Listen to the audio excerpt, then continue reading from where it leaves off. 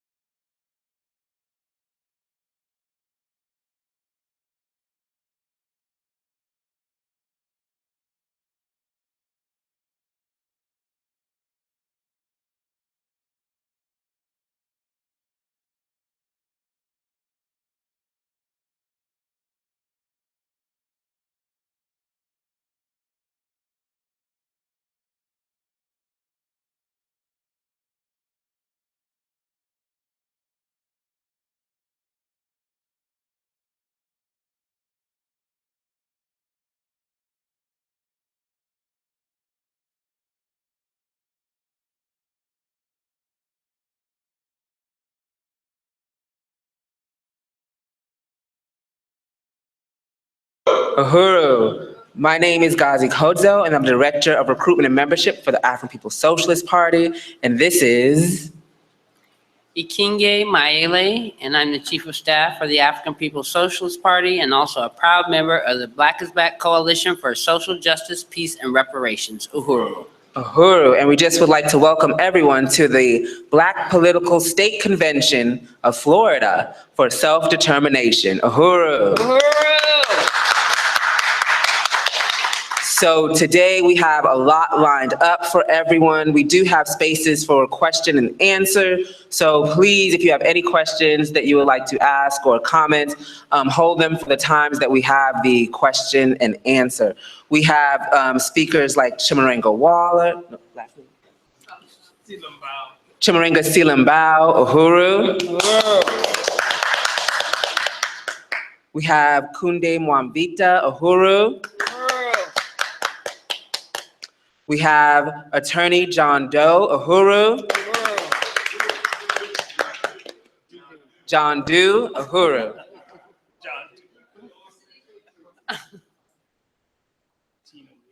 And Tina Williams, Uhuru.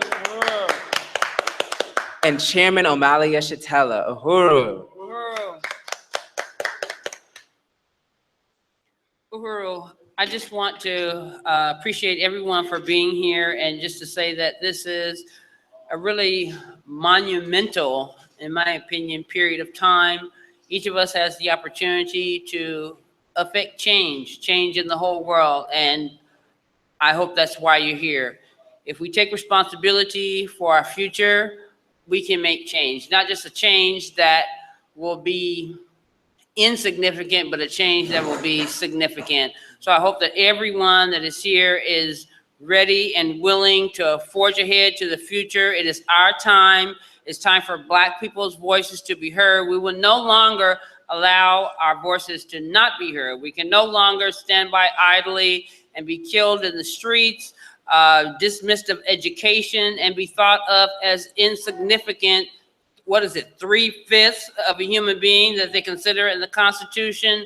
We built this world, and it's time for us to take our place. So I hope that everyone is ready, willing, and able to forge ahead into the future. Now is our time, and the Black is Back Coalition for Social Justice, Peace, and Reparations is setting the bar that each of us needs to aspire to. So uhuru, and welcome. Uhuru. Uhuru, yes, Ekenge. And that's exactly what we are doing here. We are saying what is best for Black people, right? Because right now we have, Donald Trump and Hillary Clinton competing for basically what white people see as who's going to take over the world for the next 4 years. But we have, celebrities, Negro celebrities right now, like Mary J. Blige, who has an interview with Hillary Clinton and says, where do we go from here? Where do we go from here? Like, Massa, we sick. Where do we go from here? There is no we, right? We understand that there's the oppressor and the oppressed, right? And we understand that what is on Hillary Clinton's agenda is not for our people. Uhuru, Hillary does not want to stop the murders of Africans in these streets by the police. She does not want to stop mass incarceration. She does not want to stop the war on drugs, which we know is a war on Black people. She has played an influential part in putting drugs into our community, in putting these police into our communities, in letting off these murderers, right? She's partly responsible for so many African people being in this system, being in prison today. So if we're gonna ask her what's on the agenda, she has more of that on the agenda for African people, because that helps white power, that builds imperialism, right? So now it's time that African people, we are rising up and we're saying, this is our agenda, like it or not, and you better not get in our way. And that is what this Black is Back convention is about, for self-determination. Uhuru. Uhuru. So I would like to welcome Chimarenga, and he's going to be laying out the overview of Black is Back Coalition for Self-Justice, Peace, and Reparations. What is the Black is Back Coalition? He's going to be answering Black is Back Coalition governance document and principles of unity. He's going to be saying why we are here, and we're going to have a time for questions and answers around the Black is Back Coalition. Uhuru. So a round of applause for Chimurenga. Uhuru.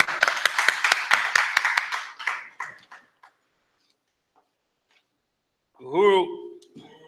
So I want to thank Gazi for that introduction. And as he said, my name is Chimurenga Silambao. And what I'm going to be doing today is telling you some information about the Black is Back Coalition and why we call this meeting, this Florida Black Self-Determination Convention. It is a three-phase process, so I'm going to be explaining that.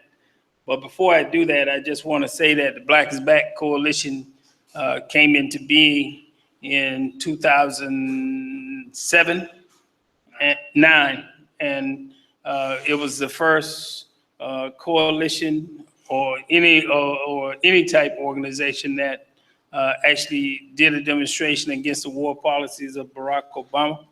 More than 20 organizations came together to build the Black is Back Coalition. Since that time, some have fallen off, but others have joined into this fight as part of the forward trajectory for African liberation. So we're going to be showing a brief PowerPoint to help people understand some of the things that the Black is Back Coalition has done, kind of get an understanding of what we have done and what we are doing. And then I'll be saying some things about the upcoming Washington, D.C.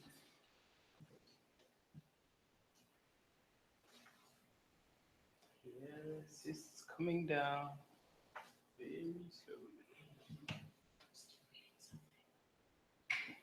So while we're waiting for that, I want to, again, just welcome everyone. And I want to make sure that everybody has the right information in their packet. You should have a document in there that's titled Principles of Unity. Principles of Unity. It has Black is Back Coalition at the top. Then it has Principles of Unity as the title. I want to make sure you have that. I'm going to be going through the Principles of Unity and some of the demands as we go forward. But before I do that, I want to do a brief thing on the brief presentation on the demands. And in a minute, I'll go through those. If you see the Principles of Unity and you see number 1, it says, henceforth, we will define the character of the coalition as anti-imperialist. Furthermore, we unite with the principle to fight against imperialism in all of its manifestations, such as colonialism, neo-colonialism, Zionism, military occupation, proxy wars, and economic embargoes and trade restrictions. Equally as important, we recognize and agree that there's an undeclared war devastating African people in the U.S. And if you've been paying attention in the last 3-4 years, with every passing news cycle, you can read about another African that has been murdered by the police forces of the United States. And we don't believe it's an epidemic because it's been going on. Now it's just being caught on video. So we believe that to end the tide of this kind of murder, we have to have a program of what we call Black Community Control of Police. But this is so timely. The Principles of Unity of the Black is Back Coalition, the string of murders starting with Sandra Bland and even before Mike Brown, they had not happened when this was written. So it's really, it was almost telling the future and making the demand that would be precisely what needed to be demanded at this era in history. So I'm not going to read through all the Principles of Unity, but I did want to read that one in particular because I thought it really grabbed the essence of what we are seeing going on in this country. And it's not just in the U.S., among African people, the whole world is in an uproar. The whole world is fighting, it seems like, against imperialism and colonialism and white domination. And we are part of, as African people, we are a part of that resistance in the world. So we want to make sure that people understand what kind of organization the Black is Back Coalition is. As the Uhuru Movement, as the International People's Democratic Uhuru Movement, we are a member organization of the Black is Back Coalition. The African People's Socialist Party is another Uhuru Movement organization that's a member of the Black is Back Coalition. And it just so happens that the chair, the national chair of the Black is Back Coalition is Chairman Omali Yeshitela of the African People's Socialist Party. So we feel like we're in a perfect position to build on the fact that we have one of our leaders, the main leader of our organization inside and at the top head of the Black is Back Coalition. We don't get everything we want as a movement, but we have a great deal of influence in the Black is Back Coalition, and we want to continue to do so, and we want to have influence with you to get you to Washington, D.C., and I'll be talking about that in just a few minutes. So these are some of the demands. You may not be familiar with the reparations now passed, the H.R. 40.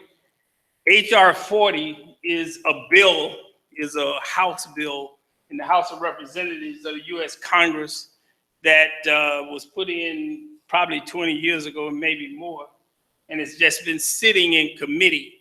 It's a study bill. The bill's supposed to call for the U.S. government to study the question of reparations to Black people, not give Black people reparations, just study the question. And it's been held up in committee for more than 20 years. So we also have a single payer health care, Medicare for all.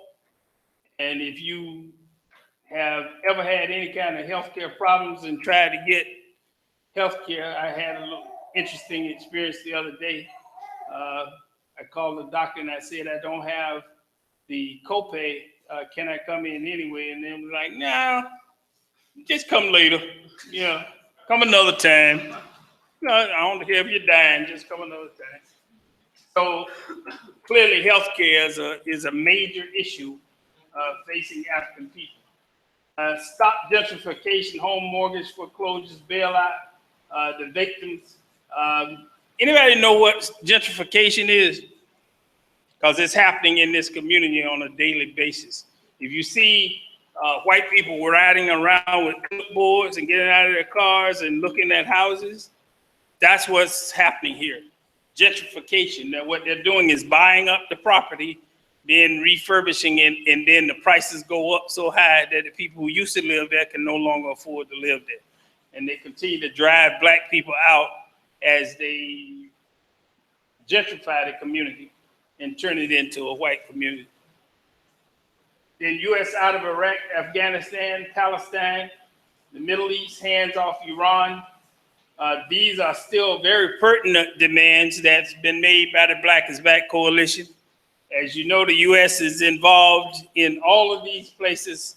And of course, Syria isn't on there, but the U.S. is deep into a war in Syria and always threatening Iran on an ongoing basis. And of course, they still have troops in Iraq and Afghanistan.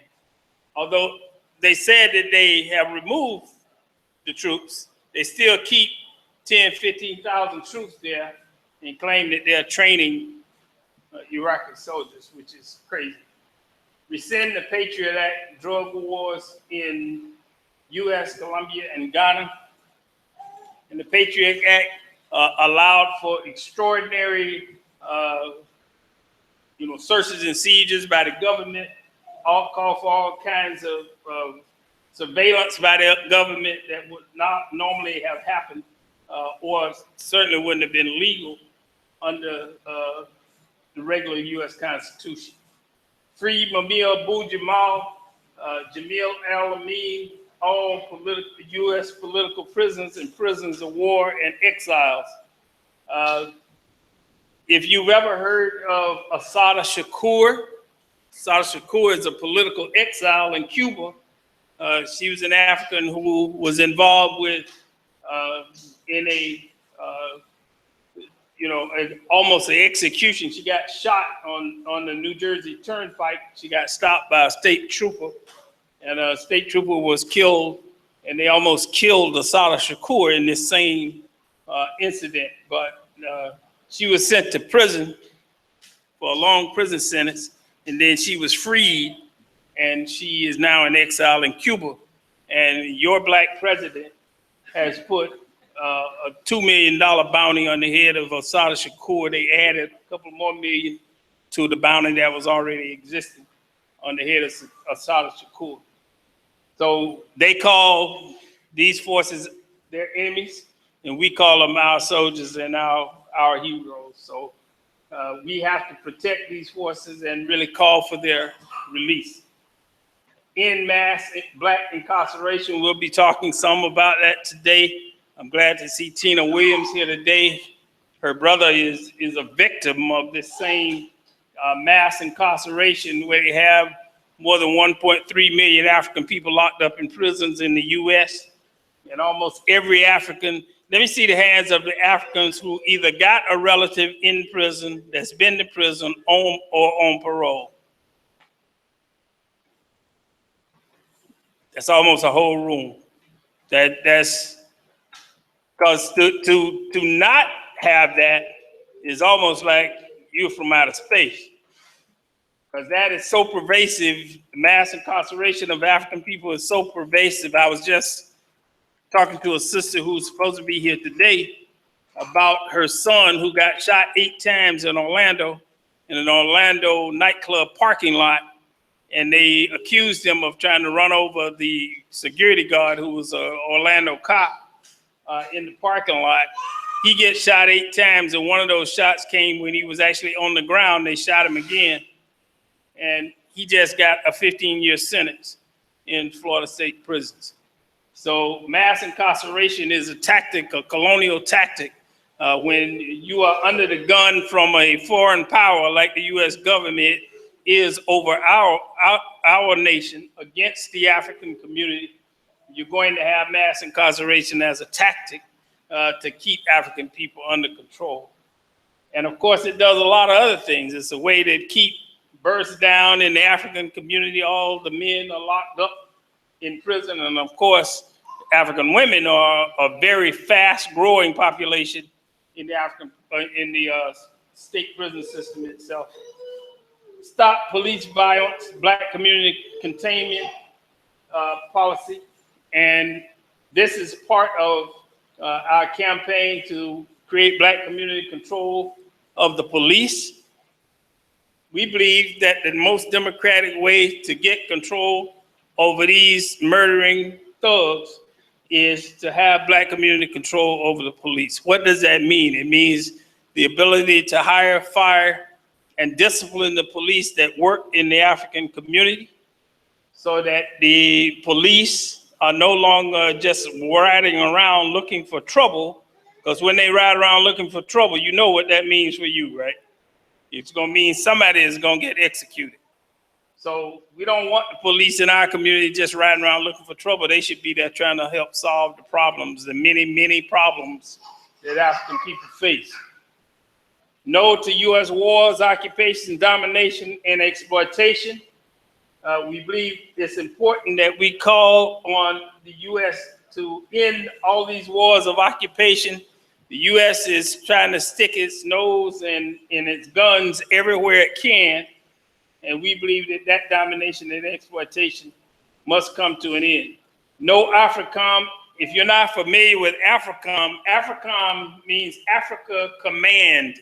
That's a military installation inside Africa where they would have access to the whole African continent. That's the idea. Just like CENTCOM, Central Command, they got AFRICOM, which is the Africa Command. So we believe we have to demand an end to this kind of domination by white power. So we believe it's important to make those demands, and I just read over some of the principles of unity, and hopefully you will go over each one and come to the conclusion, because we're not just telling people about the Black is Back Coalition just for fun. We want you to be an active member of the Black is Back Coalition. We want you to get on a van, a car, a train, a bus, a plane, anything you can to get to Washington, D.C., November the 5th and 6th of 2016.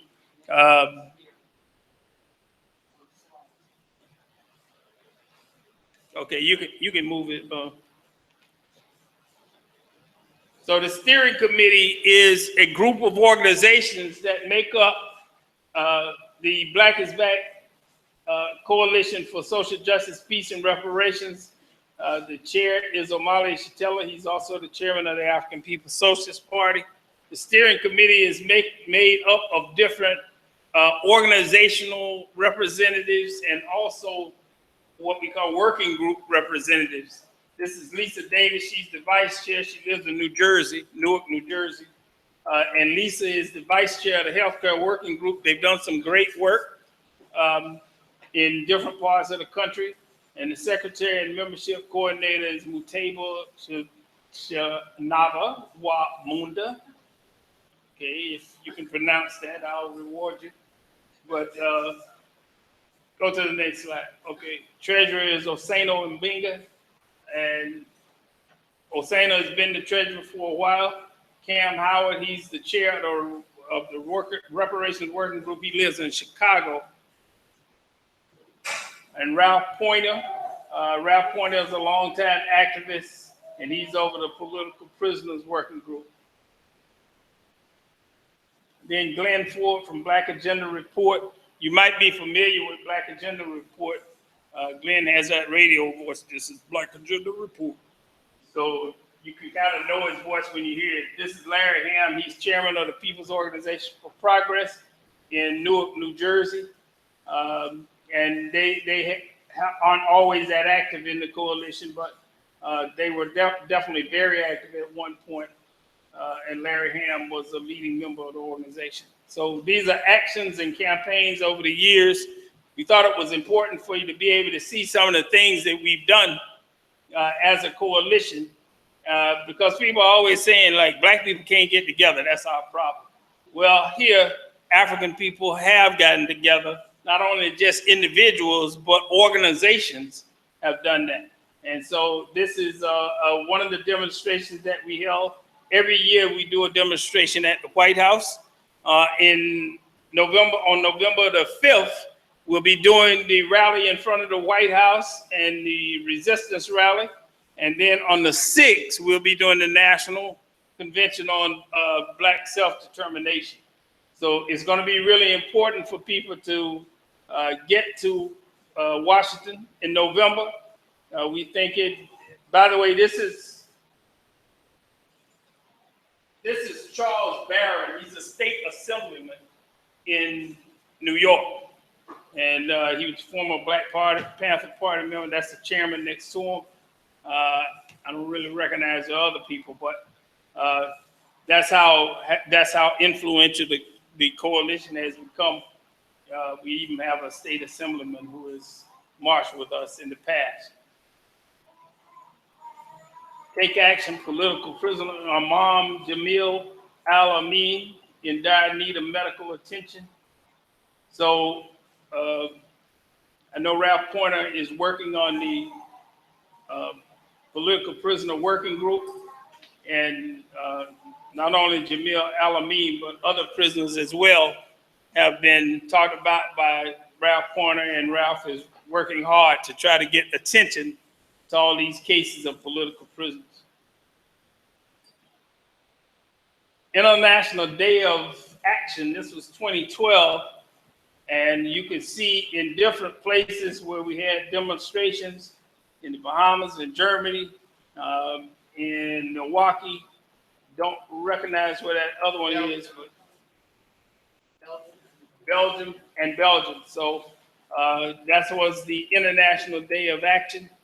And by the way, the coalition has spread outside the U.S. We have a Friends of the Congo organization in London that is part of the coalition as well. In 2010, we did a really important march in Miami, Florida. You see some people, kind of that second row of people, they're holding the Haitian flag. And this demonstration was to stop the assaults on Haiti. And of course, the deportation of these Africans from Haiti. Of course, they have a policy in this country that if somebody from Haiti is trying to flee Haiti and they get caught by the U.S. government, they take them to jail. They are treated as a prisoner. They take them to Chrome Avenue Detention Center, and then they are more than likely to be deported. But if you are coming from Cuba, which the U.S. has declared its mortal enemy at one point, then they have the so-called wet foot, dry foot policy. If you hit U.S. shores, then you can get asylum. So we did this demonstration in 2010. We did a lot of work in Little Haiti. Little Haiti is a community of 40-some thousand Africans in the city of Miami. You should really check it out. If you go to Miami, check out Little Haiti. You'll see almost a self-contained community of Haitian Africans that we owe a great debt to the people of Haiti who carried out the first African liberation, a successful revolution in this hemisphere. Next slide. So we did demonstrations in DC, in Philadelphia. You see the sign back there, and that's Obama. That's Barack Obama with the American, with the Uncle Sam hat on. It says "Still White Power." So I think it's been really important the work that the coalition has done to expose Barack Obama as white power in blackface. We were one of the few organizations that took a stand and recognized what Obama represented when he first ran for office. Believe me, we were catching all kind of criticism about speaking out against Barack Obama, and people were giving us some of the weirdest explanations for why we should support Obama. Well, he has a black wife, and we thought that was kind of bizarre because even though he had a black wife, he's deported more people from this country than any other president in history. So notwithstanding the fact that he has a black wife and he is a black man, an African, he has carried out the will of white power on an ongoing basis. And these were two of the demonstrations that we did against that. Fire on the Mountain, the Black is Back Coalition, and new caucus of Newark Education Workers Marshals Coalition member organizations. There were some serious issues around a teacher who got her class to write letters to Mumia Abu Jamal, and she was fired. I understand she no longer lives in Newark. That firing did hold up, and she ended up moving to California. But the school system is one of the most dangerous places for Africans to be. Having worked in the school system in Pinellas County for a little while, I can tell you that it's a vicious and nasty place for African children to be. And sometimes we find ourselves urging our children to just do what the white people tell them, but the white people are destroying them. So we can't just sit back and say all is well. We have to create our own schools and create Black community control of schools. That's the position of the Black is Back Coalition. So we protested New York Police Department shooting in Times Square. This was 2013.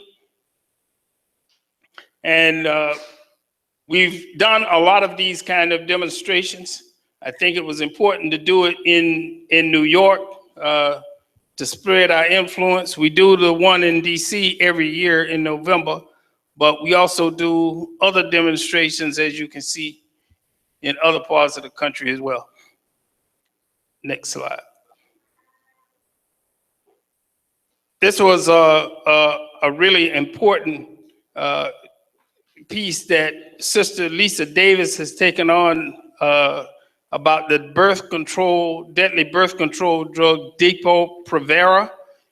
And she has really did a lot of work to show that it's really dangerous, and it's not even a safe form of birth control, but they push it on African women all over the world. So Lisa Davis has done a great job in the healthcare working group to fight against this whole administration of Depo-Provera to African people. This was 2011 in Philadelphia, Stop the Wars and Build the Resistance. And this was a demonstration against the other wars, the wars right here against African people. And it is really important that we recognize that African people are at war as well. The problem has been that the state has been the only one shooting. Of course, that's now starting to change, and you see the whole political ground starting to change as well. But this was the struggle against the other wars, the demonstration against the other wars. Next slide. Break the silence. And just want to remind people that the Black is Back Coalition started out talking about the wars that were being carried out by the U.S. And it was really important to do that as an African organization because, of course, there was the first Black president. So somebody had to speak out because many nationalists and just ordinary Africans supported Barack Obama through all his attacks on African people, because that's all we've gotten under his administration. And it was important to continue to do different demonstrations to help African people reach a better conclusion. Next slide. Victories to Syria, police out of Harlem, BIB rally deepens anti-colonial resistance. This was in 2013.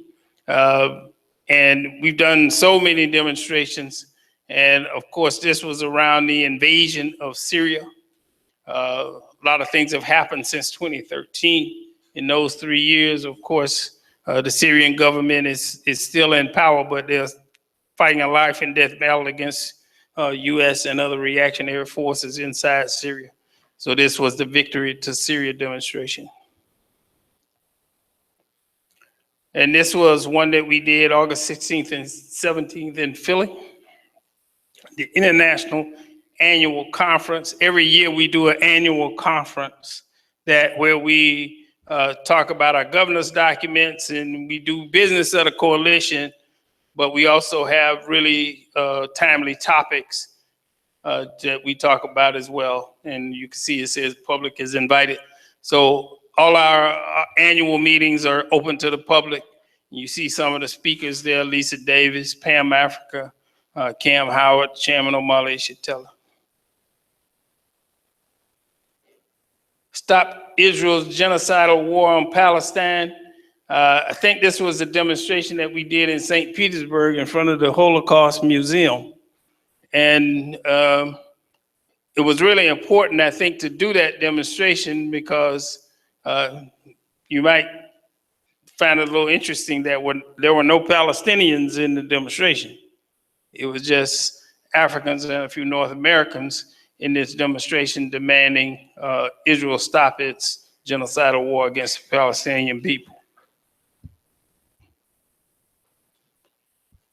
Shame on the CBC. I'm not that familiar with that one. Sponsors genocide. Oh, Congressional Black Caucus, yeah. So you can't hide, we charge you with genocide.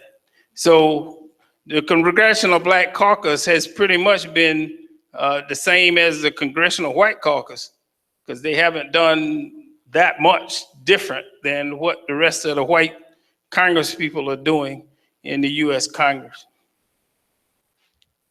Next slide.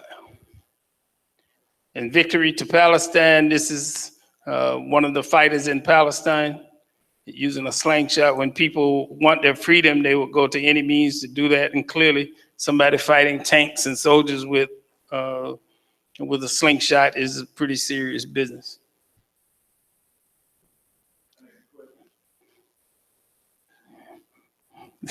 Okay, I'm being given the hook. So 2015, Baltimore uprising after Freddie Gray murder. I see somebody familiar in there, that's me. But you can see our banner, it was about 3,000 or 4,000 people there. You can see quite a few of them were North American, but we did some pretty good work there, sold a lot of Burningsville newspapers. We didn't get a chance to speak that day, but we did have a lot of influence. We did our own rally in a different part of Baltimore. As a matter of fact, when we were there was another shooting while we were on the corner. Shots were fired. We thought somebody had been shot by the police, and we never got the straight of that story, whether that brother was actually shot or not. We saw him being pulled out on a stretcher, but we did some important work in Baltimore. Gazi, myself, Timber, and other forces from the Northeast region went into Baltimore after the murder of Freddie Gray. And this was the Peace Through Revolution march in November of 2014. And if you remember, that iconic picture there was in the St. Louis Dispatch, and we kind of remade the picture, but this was a really important demonstration because it was one of the first times in recent history that an open dialogue and discussion about what it would take for Black people to be free started occurring. This Peace Through Revolution, we as the coalition didn't just demand peace, but we felt like the only way that peace could come about is through revolution. So that was a really important demonstration that was held in 2014. So here are some of the Northeast forces, Aaron, and I think this was still at the Peace Through Revolution demonstration. Some of the forces from the Northeast, Aaron, Ayah, and Osano. Osano is on the right. He's the treasurer of the Black is Back Coalition. This was the Day of the Dead. Some of the Latino comrades had a display at one of our Black is Back Coalition demonstrations, and it was solidarity with the Day of the Dead. This is People's Organization for Progress, Million People's March Against Police Brutality. You can see that banner with the cop in the handcuffs. That's the Black is Back Coalition banner that was in that demonstration. So it was really important to be a part of that. It was a pretty large demonstration in Newark, New Jersey.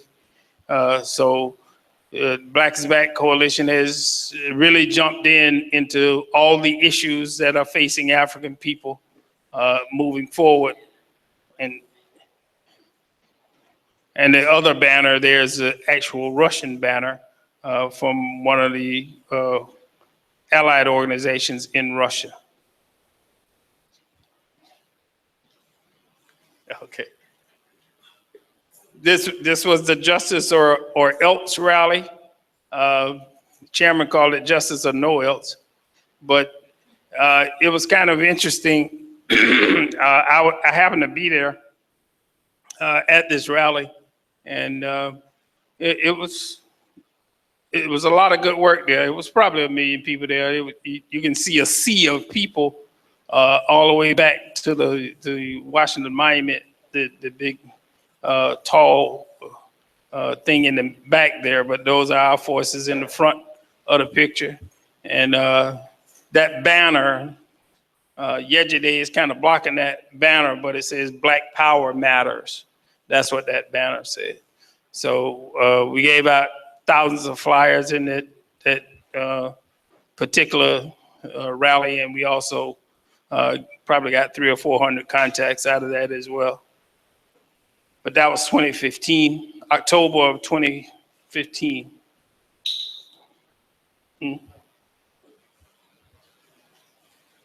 And this is the Black Power Matters Conference in Philadelphia.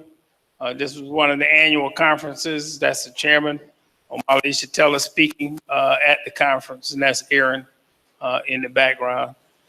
All of these conferences have been really important, and I think the chairman has really pushed the coalition to new heights with his leadership and vision of the direction of the coalition, being always mindful and respectful of the older organizations involved, but leading them as revolutionaries should lead mass organizations to a higher and deeper understanding and deeper consciousness.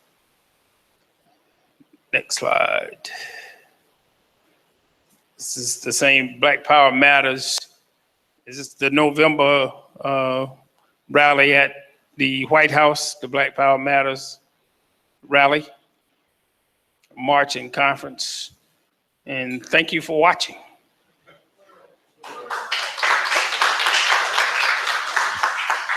So what you've seen is the work of the Black is Back Coalition for Social Justice, Peace, and Reparations. We thought it was important for everybody to kind of understand how the organization worked.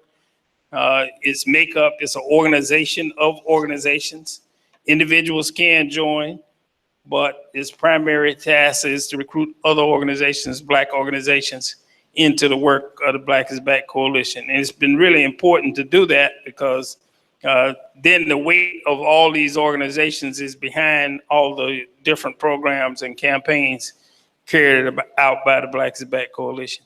So I'm going to stop there and take some questions.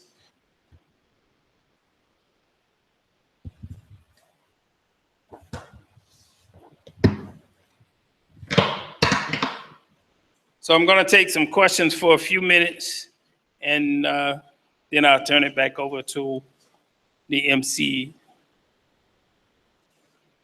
You might have to raise your hand really high because I'm half blind and I'm being blinded by the light. So, any questions or comments about anything that was said in the presentation of the explanation of the Black is Back Coalition? Go ahead, John. Yeah, would you go over again and restate again the critical issues that we should be thinking about relationship, family, and their relationship with Haiti? The Clinton family relationship. Let's talk about former President Kennedy and his wife running for president, as well as their daughter, and that relationship with Haiti and how that relates to us today. Well, if you're not familiar with it, the Clintons have a foundation called the Clinton Foundation, and billions of dollars was ran through that organization during the Haiti earthquake. And while the people were still living in tents outside, billions of dollars were coming through that foundation. Now, clearly billions of dollars would have had a big impact on changing such a small country, but it didn't because the money was being robbed from Haiti. It was never given to Haiti for development. It was just continuing to go to this foundation as it also opened up the door for U.S. occupation and U.S. troops in Haiti as well. So the foundation is, when Donald Trump says crooked Hillary, it's not just Hillary, it's the whole foundation and that whole family who have been part of one sector of the bourgeoisie, the ruling class in this country. That's just one sector. Trump, of course, represents another sector of the white ruling class in this country. So we don't think that in this election, this so-called presidential election, we don't see, like the chairman said, a dime's worth of difference between these two candidates. The chairman was making an interesting struggle yesterday with a brother who was trying to find a way out, but his discussion clearly indicated that Africans too often vote our fears.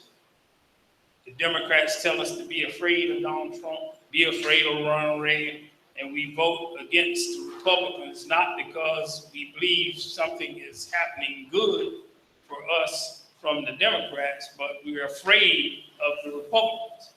So this convention, this Florida Black Self-Determination Convention is a challenge to that logic, that you can no longer vote your fears.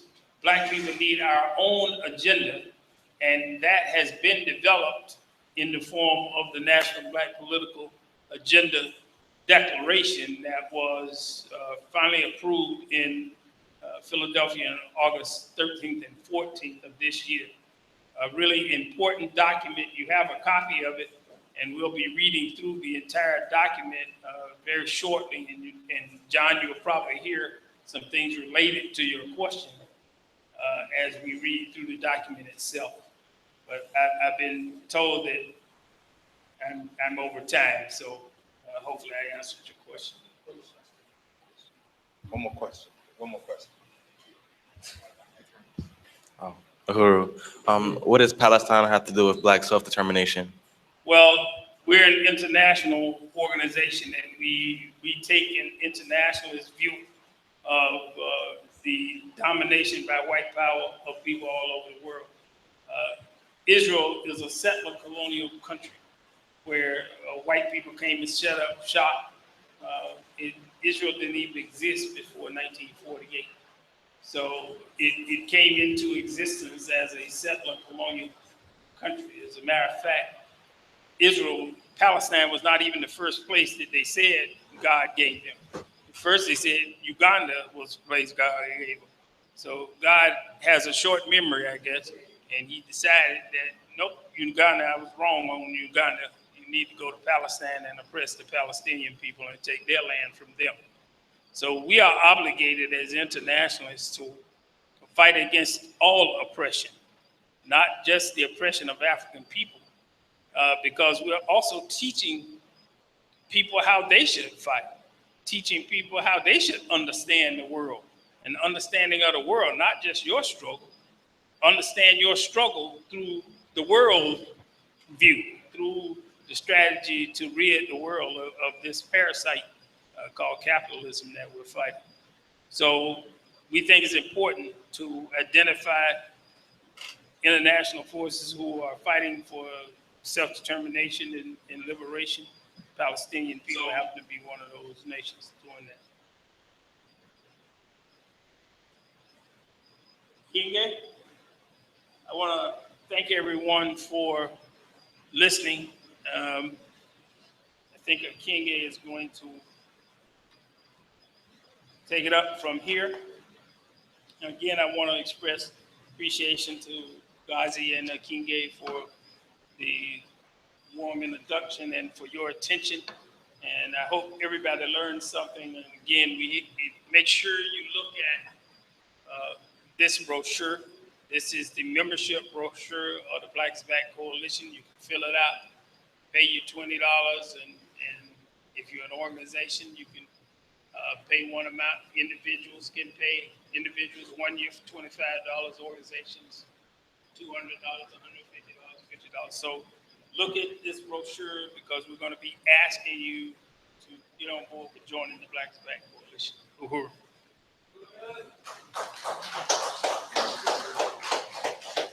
Uhuru. Black is back. Black is back. I need to hear y'all. Black is back. Black is back. One more time now. Black is back. Black is back. Uhuru. Uhuru. Round of applause for Chimurenga. Uhuru. Those are the demands that the Black community, Black people are demanding, right? You're not hearing about reparations from the Democratic Party, from Hillary Clinton, right? But we as the Black community are demanding reparations. Those are the demands that we want, right? Right? Uhuru. We want the freedom, right, for Assata Shakur, for there not to be a $2 million bounty, a bounty on her head, dead or alive. This is a freedom fighter, somebody that was fighting for us, that is fighting for us. We want the freedom of all political prisoners right now. Uhuru? We want the freedom, right, for all of these African prisoners. We want it, and we want it now. We want Black community control of the police. We're not hearing this from Hillary Clinton, and we sure not hearing it from Donald Trump. And this is what we are here today. This is our agenda. This is what we want. So it's very important that everyone here in their seats are listening and getting into these principles of unity and these demands. Uhuru. So now Ekenge is about to announce our cultural performer today. Uhuru. Uhuru, I want to welcome to the stage our own Dason True, who will bring us some culture. Uhuru, comrade.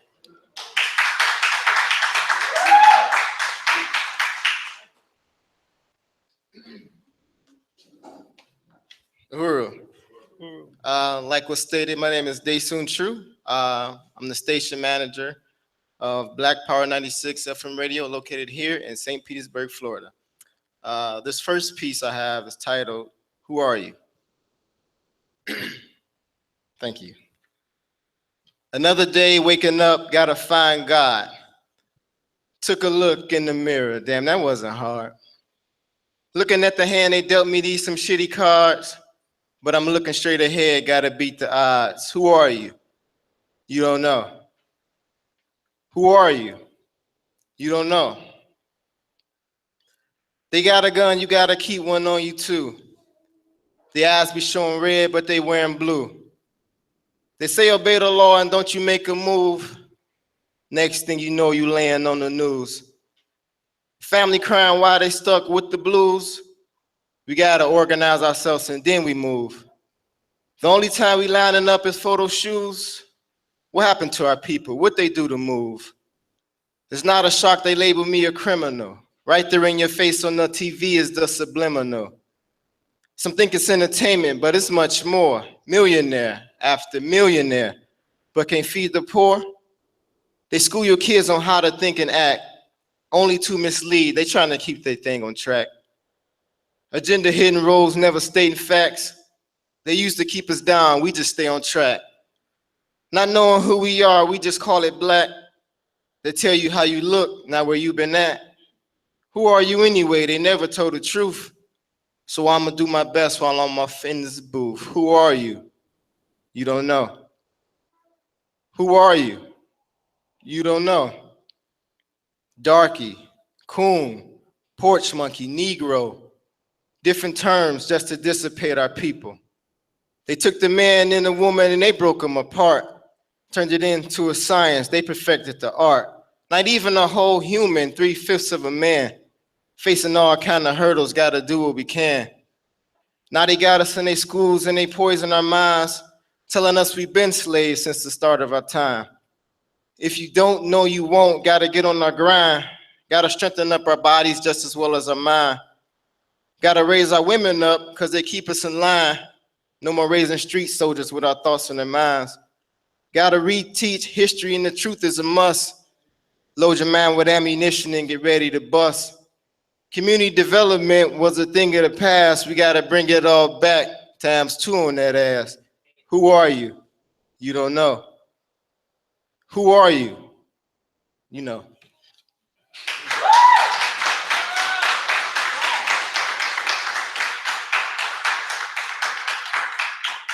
Thank you. My next piece is called The Struggle. The struggle is real. I love it. United, we a problem, easy when we sit. Been fighting way too long just for us to quit. The struggle is real. I love it. No doubt here in my mind, this here was made by men, disguised as our brother. We're quick to take in friends.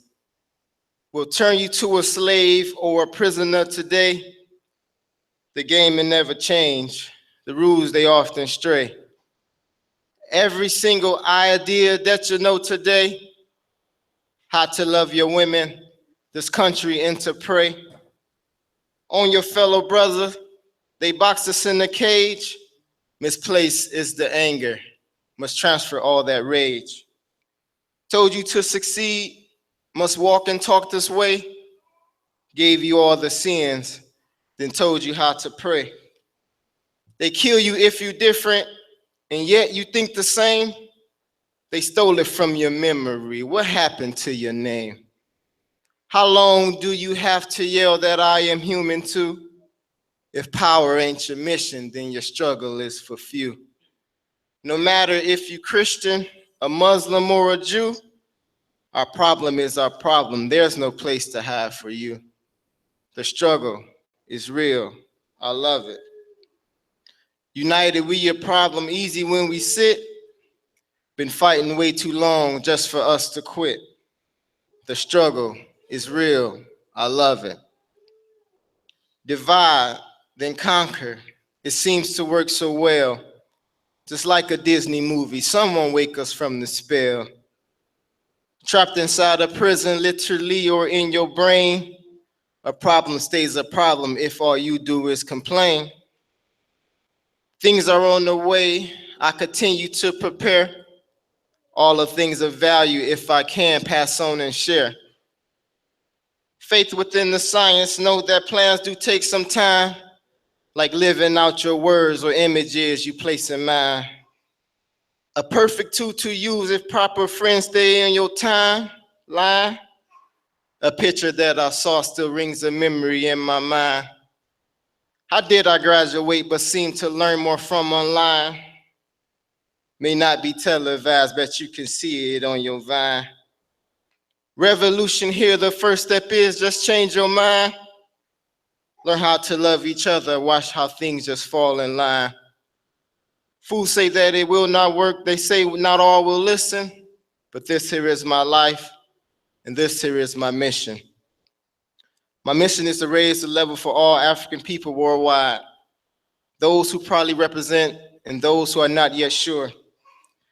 My mission is to bring us together under a common goal, freedom, to inform the masses of my people of the work that has been done, the work that is being done, and all the work that we still must do. This is my mission from me to you, the struggle. Thank you.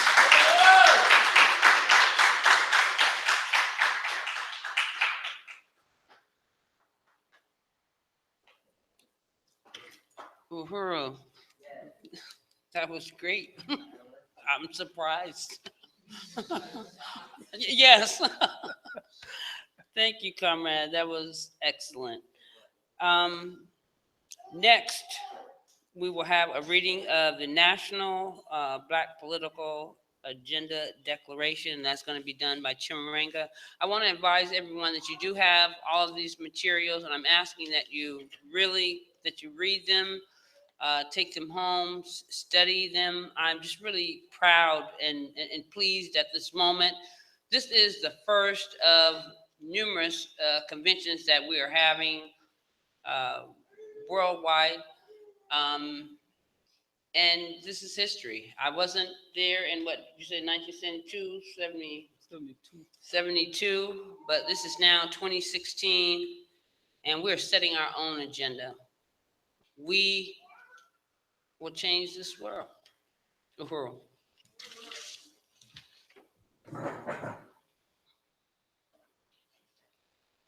So I just want to bring people's attention to this document. It's the National Black Political Agenda for Self-Determination Declaration. This is the document that I was talking about earlier that was finalized in Philadelphia, Pennsylvania in August 13th, 14th, 2016. And all the organizations of the Black is Back Coalition voted unanimously to adopt this document as the program and agenda of the Black is Back Coalition for Social Justice, Peace, and Reparations. So our intention as a coalition is to win you to endorse this document and make it yours and claim it as your own. Black people's agenda as opposed to the agenda of the Democrats and the Republicans. We believe African people must have our own agenda. And that's what this declaration is. So I would hope you would bear with me and listen closely. And there are 19 points at the end of the declaration that I think you should listen to very closely and pay attention to. So this is the National Black Political Agenda for Self-Determination Declaration. A critical moment in our history is upon us. In addition to the traditional centuries-long destitution and political repression that has characterized our existence and distorted virtually all our intra-communal relationships within the U.S., there is now an escalation of police and other white violence directed at our people that demands a coherent response. The entire world is in a state of turmoil. The vast majority of the world's population that experiences poverty and cruelty as normal features of life is in a state of rebellion. And of course, that includes the African population. Because the world capitalist system owes its existence to the enslavement of our people and colonial domination of much of the world, capitalism rests uneasily on a fault line of oppression. The historical oppression of our people stems from this cruel fact of history. Like most peoples of the world, we trace our current conditions of existence to the birth of the capitalist system at the expense of our happiness and human and material resources. We recognize the escalation of terror against Black people that includes state and popular attacks and police and civilian murder. We understand that the prominent expressions of white nationalism revealed through the electoral process to select a new president of the United States are due to the growth of resistance among oppressed populations of the world and within the US. We recognize that the apparent social peace within the US over the past 35 years or so has been illusory, a product of the successful brutal assault by the US government on the struggle of Black people for justice and power in the 1960s. Our movement was obstructed by state-imposed repression that included the political murders of important leaders from our community.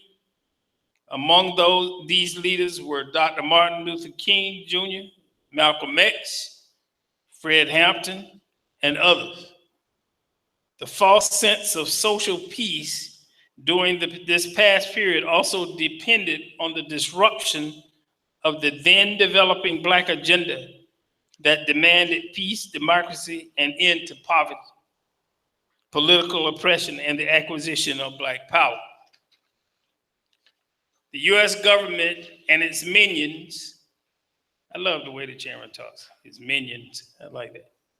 And its minions of appointed or anointed Black leaders have contributed to a defeatist outlook among our people that reduces our struggles to vain attempts to influence the two major US ruling parties to include the interests and aspirations of our people in the otherwise ruthless, terror-inducing imperialist agenda they normally represent.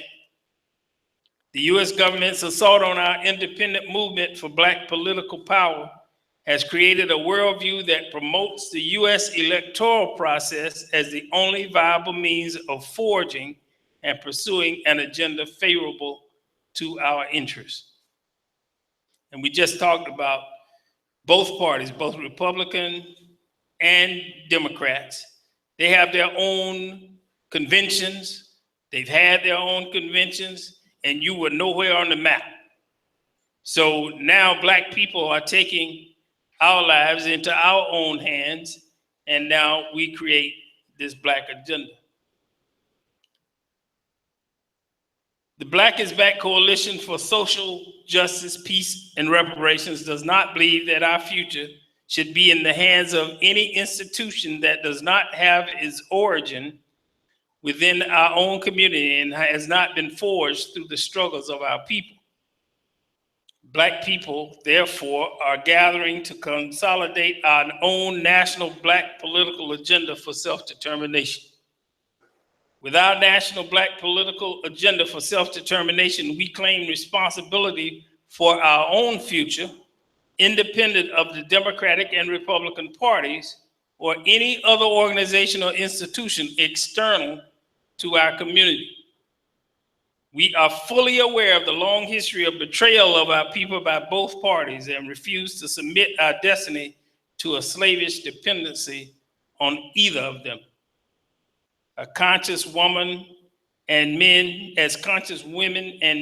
we are declaring our intent to guarantee a future for our children and generations to come by creating an independent agenda for the progress of our people. We know that this agenda is not all-encompassing. It cannot be. Our movement is in a developing stage, having been re-energized most recently by the August 9th, 2014 uprising of poor working class young people in Canfield Drive in Ferguson, Missouri, after the police murder of 18-year-old Michael Brown. We recognize that our national Black political agenda for self-determination is in contention with the decisions made for us by the rulers of the U.S., their servants in our midst, and other African people who may have legitimate disagreements with our views. But we cannot wait. History will not permit hesitation at this critical juncture. Our people demand participation in creating the future that awaits us. This development of our national Black political agenda for self-determination is not an attempt to create a new political party or organization. The Black is Back Coalition for Social Justice, Peace, and Reparations is a coalition in the truest sense of the word. We are an organization of organizations and individuals who have chosen to unite around a common set of principles for self-determination and a conscious struggle against world imperialism. We have seen the defeat of previous attempts to create a Black agenda by prematurely creating new political formations before basic principles and organizational relationships were firmly established that required first loyalty to our people rather than to the Democratic Party. We call on all organizations currently not affiliated with the Black is Back Coalition to join us as part of a process that will extend the political influence of all our movements and organizations while preserving the independence of each. The Black is Back Coalition for Social Justice, Peace, and Reparations does not attempt to function as a substitute for any existing organization. We simply provide a forum, a space for the overall expansion of our struggle for self-determination beyond the capacity of most individual organizations. We can see the world created by slavery and colonialism collapsing before our eyes. The decline of imperialist white power is visible for the world to see and experience.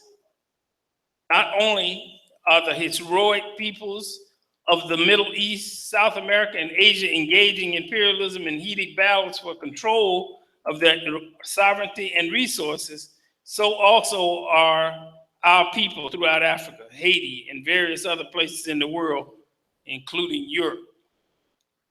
The struggle against colonialism has breached the citadels of Europe and the US, white people of Europe, of France and Belgium, for example, are living lives with the kind of insecurity that is common in the colonial territories of Africa and the Middle East, from which Europe has extorted lives and resources for centuries. We are taking up the task of developing our national Black agenda for self-determination while in the throes of a maturing resistance that is primarily a response to open police murder of African men, women, and children. In Dallas, Texas, and Baton Rouge, Louisiana, the actions of Michael Xavier Johnson and Gavin Cosmo Long represent the clearest movement toward an armed response to African murders by the U.S. domestic military occupation forces since 1972, when Mark Essex initiated an attack on the New Orleans Police Department. Like Essex, Johnson and Long briefly exposed the vulnerability and incompetence of U.S. police forces with their attacks on domestic military occupation forces in Dallas, Texas on July 7th and Baton Rouge on July 17th, 2016. The moment is urgent, and history requires us to move decisively and without hesitation. It is within this context that we offer this national Black political agenda for self-determination, for discussion and adoption by our people. And again, I want to repeat, the document has now in its final form, and has been adopted in Philadelphia by all the participating organizations of the Black is Back Coalition. And I want to go through the 19 points very quickly. Point number one, Black women. With this national Black political agenda for self-determination, the entire Black or African nation declares our commitment to facilitate the elevation of African women to full equal partnership in our struggle to create a new world of freedom and socialist democracy, for a united Black community and a world shorn forever of bosses and workers and slaves and masters, and where African women will share the power to guarantee that African women are adequately empowered as equal architects of our new world. Number two, the Black family. We demand an immediate halt to attacks on the Black family, a genocidal campaign rooted in the Atlantic slave trade and embedded in U.S. public and private policy. The United States has waged ceaseless war on the Black family, from the slaveholder that sold Africans as units of private property with no claims to family ties that he was bound to respect, to the denial of adult Black people the human right to protect our families, to the deliberate exclusion of heads of Black households from employment sufficient to provide for our families' needs, to the systemic undermining of Black family structures through public welfare programs, such as the foster care system, in which Black children are disproportionately taken away from families and in which parental rights are being stripped from Black parents at an alarming rate, to the criminalization of all Black adults and children by the current mass Black incarceration regime. These intentionally inflicted harms can only be repaired through the achievement of Black self-determination. Number three, Black community control of the police. We demand the immediate withdrawal of all domestic military occupation forces from Black communities. This democratic demand assumes the ability of Black people to mobilize for our own security and to redefine the role of the police so that it no longer functions as an agency imposed on us from the outside. Number four, free all political prisoners. This includes politicized prisoners who may have originally been in prison for non-political reasons, but who achieved political consciousness after imprisonment resulted in political acts or statements that were punished by specialized treatment and sometimes additional prison time. The definition of political prisoners is also extended to all those activists and militants who have been detained or arrested during the most recent wave of resistance in places like Ferguson, Missouri, Baltimore, Maryland, and Milwaukee, Wisconsin as examples. We reject the authority of the U.S. state to imprison persons whose imprisonment is rooted in their defense of Black people's democratic and self-determination rights. Black people ourselves have the right and responsibility to designate those individuals and categories of prisoners to be immediately released from U.S. confinement and control. 5, roll back and end Black mass incarceration. The U.S. mass Black incarceration regime is designed to contain, terrorize, and criminalize an entire people, with the result that 1 out of 8 prison inmates on the planet is a Black person in the U.S. As a minimal demand, every U.S. Incarcerating authority must take immediate steps to roll back the national prison and jail population to 1972 levels, resulting in the release of 4 out of 5 current inmates in a process overseen by representatives of the imprisoned people's communities, primarily people of color. As a maximum demand, all Africans must be immediately released from U.S. prisons and jails, and our community given the democratic right to determine their fate. Number 6, reparations. We demand reparations consistent with international norms regarding redress for crimes against humanity. This includes the enslavement, colonialism, and apartheid from which we suffer today. The totality of the repair, according to international law, must include policies, programs, and projects that cease ongoing racial crimes, offer restitution, and return us to wholeness. Provide compensation that allows for a quality standard of life as well as individual and collective wealth creation. Ensure satisfaction that returns our dignity and achieves rehabilitation for the heart, mind, body, and spirit, injuries resulting from the centuries of trauma and abuse. Self-defense. We declare our human right to armed self-defense from the violent attacks by white citizens and the assaults and murders by the domestic military occupation forces that include various police organizations. We fully recognize that in a struggle for self-determination, any act of resistance by the oppressed is an act of self-defense. 8, nationalize the banks and end forever the rule of capital, which has been central to the enslavement, extermination, colonization, and denial of self-determination of peoples worldwide. The process must begin with the creation of a national development bank as the primary engine of commerce and development, and a Black-directed public bank to finance developmental paths chosen by Black communities. 9, full employment and national minimum income. We demand that the U.S. government ensure the provision of living wage jobs for all and a guaranteed minimum income sufficient to support a life with dignity for every household and individual. This goal is immediately achievable and intended not only to totally eliminate poverty, beginning with historically super exploited and deprived communities, but to provide families and individuals with the resources and free time to fully contribute to our community's social, cultural, economic, and political development. This minimum demand for full employment and a national minimum income is not a concession to the existing system of capitalist economic domination. It is not an assumption of the permanence of the worker-boss relationship that helps to define capitalist exploitation. Our ultimate aim continues to be total Black self-determination and socialist democracy, which empowers the workers at the expense of the capitalist class.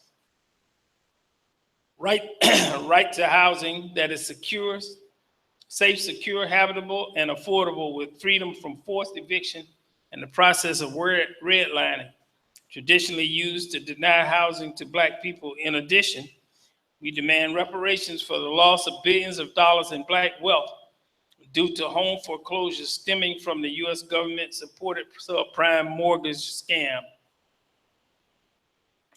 Just as the financial institutions that perpetrated the scam were rescued through the massive infusion of federal dollars, so too must the victims of this crime be made whole through a reparations process overseen by representatives of the families and communities that were most grievously harmed.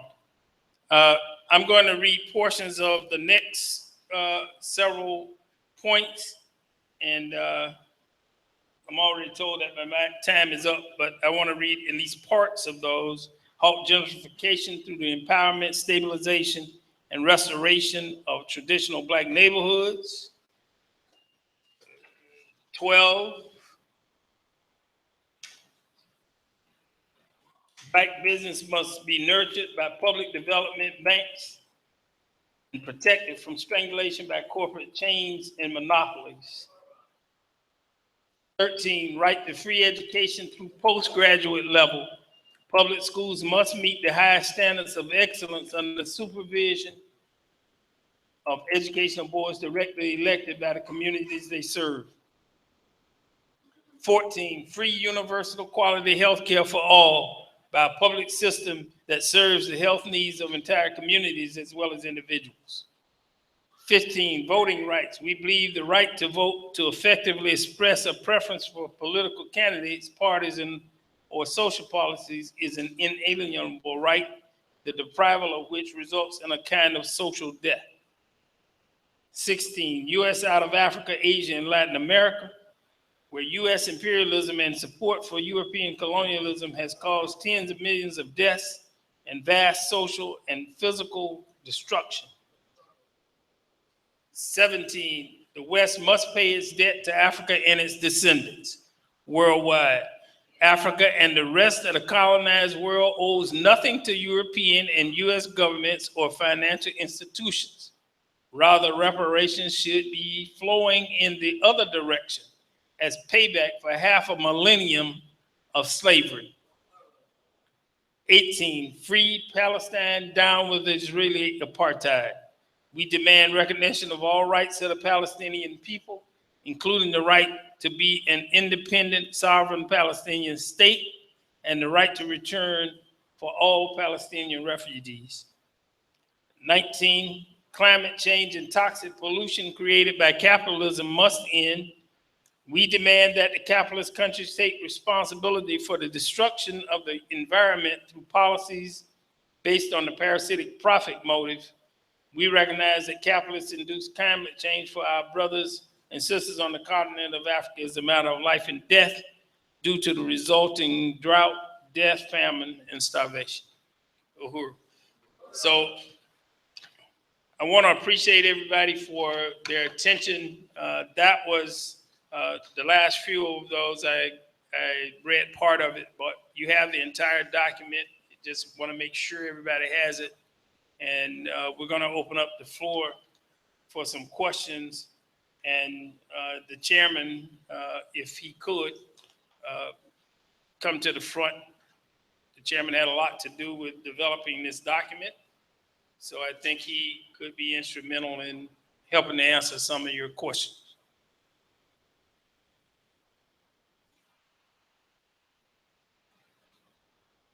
So anybody, any questions or comments? You had a question, John? I need a copy of the document. You need a copy of it? Yeah. Okay, somebody's getting you one. Anybody have any questions or comments? We're gonna move the agenda if not. All right, well, I want to appreciate people's attention, and I hope you'll go through the document in its entirety, because I think it's really important to make it yours. You have to know everything that it says. We believe this is the agenda for Black people, like it's stated in here. It doesn't have every last word that we're going to have eventually to make these demands for self-determination, but we know that this is an important document, one that we hope that you can endorse. Chairman, did you want to comment? No, whenever it's time for me, Okay. you know. I think it's. Do I go? Regarding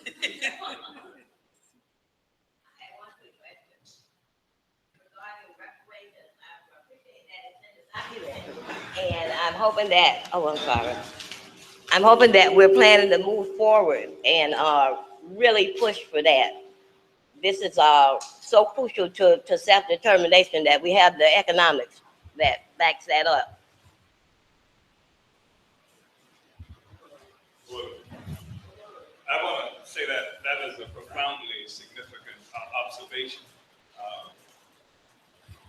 Just recently in the United States, there are different studies that have revealed that it would take 228 years for the income of the average black family to be equal to the income of the average white family. 228 years. And we don't have that much time, see?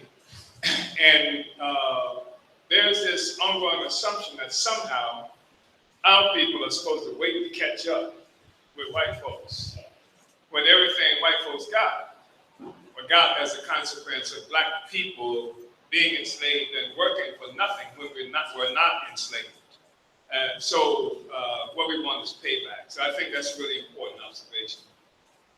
What I would like to do is, my name is Omali, Yeshitela, and I'm the chair of the Black is Back Coalition for Social Justice, Peace, and Reparations. And I want to express my appreciation to all of you who've come out to this state convention. There are a lot of people who are not here, who should be here, and I understand why they are not here. And it punctuates the significance of your presence as far as I'm concerned. Because I'm a part of a movement and a struggle that has been going on for a while. And at the point of the height of the resistance of black people in this country, the United States government unleashed a murderous assault that assassinated our leaders, destroyed organizations, involved itself in mass imprisonment and the imposition of a drug economy on our community that drugged it out, doped it out.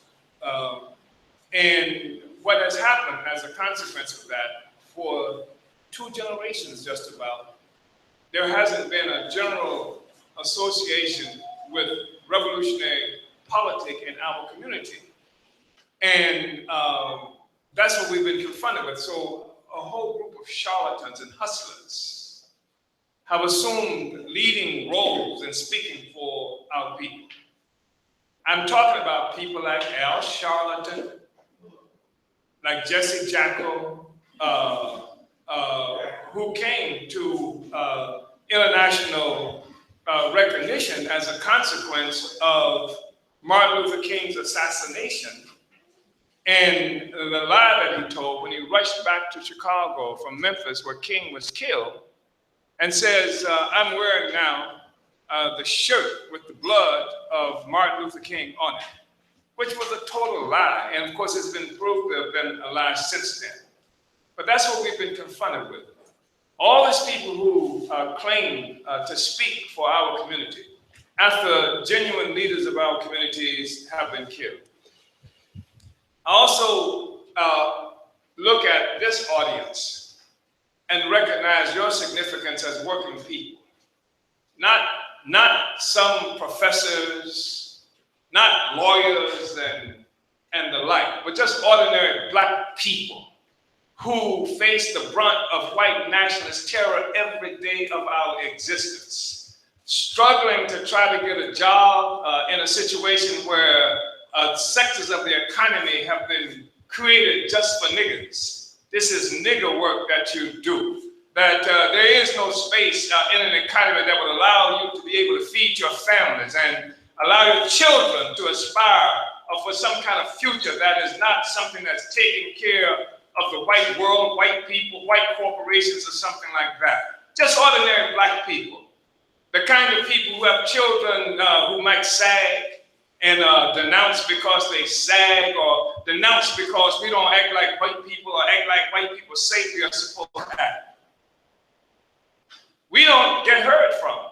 Black working class people do not get heard from. What professes to speak for us, those people who are imitation white people. They are white people in black skin, white people in black face. These are the ones who have been speaking for us. And so one of the reasons we are here now is because we have to reorganize, recommit ourselves as ordinary working people and assume the responsibility of leading our communities and take it out of the hands, take the leadership out of the hands of these hustlers who do not have our interests at heart. And that's a serious responsibility. That's what you're being called on to do. And many of the people who are not here now are not here because they're just ordinary working people. There's no Democratic Party headquarters that's going to get them there. There's no attachment, no labor union that's attached to the Democratic Party that's going to hire a bus to get them there. There are people who have the same kinds of issues and problems you have, and who, if you came from someplace else, had some difficulty getting out of your door and getting here in order to participate in this discussion. But that's your responsibility, because if you don't do it, Reverend Chicken Bone will continue to do it for you. If you don't do it, Attorney Seller will continue to do it for you. So that's why I think that this is an important convention. I want to restate some things that's already been said. We say Black is Back. That's the name of this coalition. Why the hell would you call a coalition a Black is Back coalition? In fact, somebody said, well, where's Black been, right? And the truth is, it's the Black is Back coalition because our movement was destroyed. People were murdered and mass imprisonment did happen. And in the wake of that, because of a certain crisis that white power is experiencing in the world today, because the white man, white power, imperialism as we call it, dominates everybody on the planet Earth. It's in a shaky situation that they have because people are fighting back all over the world. And so you had a George Bush who was going to shoot people back into obedience, and what he did was radicalize more people than Che Guevara. I don't know why I say Che Guevara, because most people probably don't know who Che was, but radicalize more people than revolutionaries throughout the world. People began to rise up against white power. And so America couldn't present itself in its own lily white hunky face anymore. And so it became necessary for them to select somebody who looks like the slave, who looks like the oppressed, in order to represent white power. Obama is. That's who Barack Hussein Obama is. And you might not like it because I know I've heard some sisters say, he's so fine. But even fine ones can be sellouts. And that's what you're looking at. You're looking at a super sellout. He is selloutism on steroids. He's a serious problem and has been a serious problem for us because he's been able to do stuff that if George Bush had done it, you'd be up in arms. If the Clintons had done it, you'd be up in arms. But to let him get away with doing things nobody else can get away with, you say, he can't help it. Because the white man won't let him do anything for us. You didn't say that when Bush was the president. You didn't say that's why Bush is doing the things against us and won't help. You didn't say that when Clinton was there, even though you did go to Washington, D.C. and book bears before Clinton talking about the first black president. So Obama was a serious contradiction that we had to deal with. And he made it possible for them to start talking about a post-racial America. Now, because Obama was elected, we had arrived. There were no black issues anymore. Obama and Michelle in the White House had solved all of those problems. And there was an assumption that they didn't have to deal with us anymore. And so when we organized in 2009, looking at Obama's program, we understood who he was. We understood before that. The first place that Obama ran into trouble during his whole election campaign was in this city, St. Petersburg, Florida, in August. When he came through here, his advanced people didn't give him good information because you can't do that in St. Petersburg. And Obama came, somebody in here remembers it, when Obama came to Gibbs High School and was confronted with the first time where black people confront and say, what, simple question. What about the black community, Obama? And that's the first time you ever saw Obama stutter. And all the Negroes in the audience were upset with us. And Negroes all around the country and around the world were upset with us. Why would a black person be concerned that we asked this man, what about the black community? So concerned that they came onto our website and crashed the website. So many angry Africans complaining about us, complaining about Obama. They crashed our website. And so we had to say, black is back. You cannot do what you've done in the past. It ain't over. The fat lady has not sung, right? And so that's why we say black is back. And we formed this coalition because it was a time where America was openly at war against the people in Iraq, against the people in Afghanistan, and other places. And you had these white peace movements, anti-war movements. And typically, just like it during the Vietnam struggle and other places, the so-called peace movement, anti-war movement, they're lily white. And they always go, well, where are the black guys? Where are the black people? Well, the black people are occupied with our own damn war right here. It's not in Afghanistan, it's not in Iraq, it's on 22nd Street. It's in the 5th Ward in Houston, Texas. It's in these places where we live and fight every damn day. And you don't have a program that speaks to that war. The only war you're concerned with is the one that your lily white butt might have to go and die for white power. And you don't want to die for it. You want every benefit of it, but you don't want to die for it. So we say, we will create our own coalition. Black is Back. Coalition for social justice, peace, and reparations. Because you can't have peace without social justice. And that's what they wanted. They want peace. And George Bush wanted peace. That's why he was trying to kill everybody so they wouldn't fight, right? And that's like peace on the plantation. That's an imperialist peace. So we say, we challenge this whole notion of what you're talking about. Because it's not even good enough to say peace. If we know how this system got created, I know my community, I know my people, and we have never been about crushing and oppressing anybody. So we don't just say peace, we say victory to the people in Afghanistan. We say victory to the people in Iraq. We say victory to those people who white power is trying to kill all around the world. That's the way you get peace. I don't like this notion. You got so-called peacemakers. You got these people who are so anti-war that they'll lay down in front of a tank to keep it from rolling out to go to Afghanistan. But when the police are putting out those cars to come into this community, they're nowhere in sight.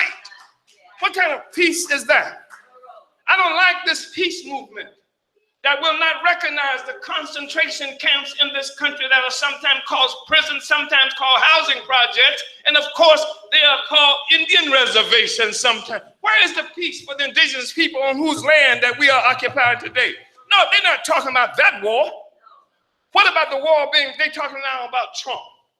Trump said, build a wall. Oh, how horrible can Trump be? And of course, they're talking about Trump saying build a wall. I guess it would be easier if they built a wall, because Obama, the Democratic president, has kicked out more Mexicans from this country than any president in history. But even that's not the issue. The issue is they're talking about building a wall when the United States stole half of Mexico at gunpoint. When you're looking at California, Texas, Utah, Arizona, New Mexico, all of this is stolen land. And then they criminalize the people who come across the border. They are illegal aliens. So here you have a situation that you and I live in. And we recognize when we talk about peace, you and I live in a situation where some starving group of people with no rights, no democracy, lived under a system that they call feudalism. I'm talking about white people. When we met white people, they had no freedom, they had no money, they had no houses, they had no property, they had no nothing. They lived for 1,000 years under a system called feudalism. which is the nobility, the landlords own most of the land, and the people who lived on the land. They work for them, and they got a little bit sometime from what they earn. Listen, this is true. In Europe, that's where white people come from. They do not come from Milwaukee, right? In Europe, there were times for 1,000 years under no freedom. They lived under the divine right of kings. They said God gave the king all the rights and you ain't got nothing but what the king gives you. For 1,000 years in Europe, white people were so poor that sometimes they did not even have clothing to wear. They were naked. And in the short period of 1347, 1351, 4 short years, half the white people on earth died. So there was no freedom. The king had freedom. The queen had freedom. The nobility had freedom, but the ordinary white people had no freedom. And how did they get it? They rescued themselves. Listen, when I talk about half the white people died in 4 years, they call it the plague. And it was so bad that it would make you question your religion, all you Christians. Because the Pope, who headed the original Christian religion, you know that, right? The Pope, that the plague was killing everybody. And the Pope, who they say has a special relationship with God, obviously did not want to meet him because he moved out of the Vatican. He moved, he got the hell out of Dodge to try to find some place where nobody else was so that he wouldn't die and go and meet Jesus. And if that doesn't make you suspicious, but anyway, you have this whole situation of impoverished white people who rescued themselves. So stealing the land of the indigenous people here, taking half of Mexico. Australia is not, white people are not indigenous to this place they call Australia, New Zealand, or even any place in the Americas. Kill most of the indigenous people throughout the Americas and what have you. This is what enriched white people and created the whole economy that we experience today. We don't know how many African people were kidnapped from Africa. But it was millions, and some say more than 100 million African people were kidnapped. And so this is what built this whole system. And we've gone through some tremendous struggles. And what has happened is people all around the world are fighting back to take their stuff. And this is why the wars happen. This is why America's faced with a state of permanent warfare. They have been fighting the poor people in Afghanistan for more than 15 years. The greatest technology, the greatest military force on earth for 15 years, and they have not been able to conquer those people. And so they got now somebody who looks like the slave to represent white power. He's white power in a black face. That's what Barack Hussein Obama is. And he became absolutely necessary for them. And now what we are faced with is we have something like 2 generations without meaningful struggle. I'm glad to see my brother John Dew is in the back of this room. He is a lawyer, and I don't hold that against him. But he's a different kind of lawyer. He truly was a people's lawyer. And I like John Dew because from him, the whole thing about law was how can we use it against them? That was how he dealt with it. But I worked with John. I met John in a place called Frogmore, South Carolina, where people had gone to learn how to organize black people to participate better and get elected into office. And that was the time there were not many black elected officials in this country.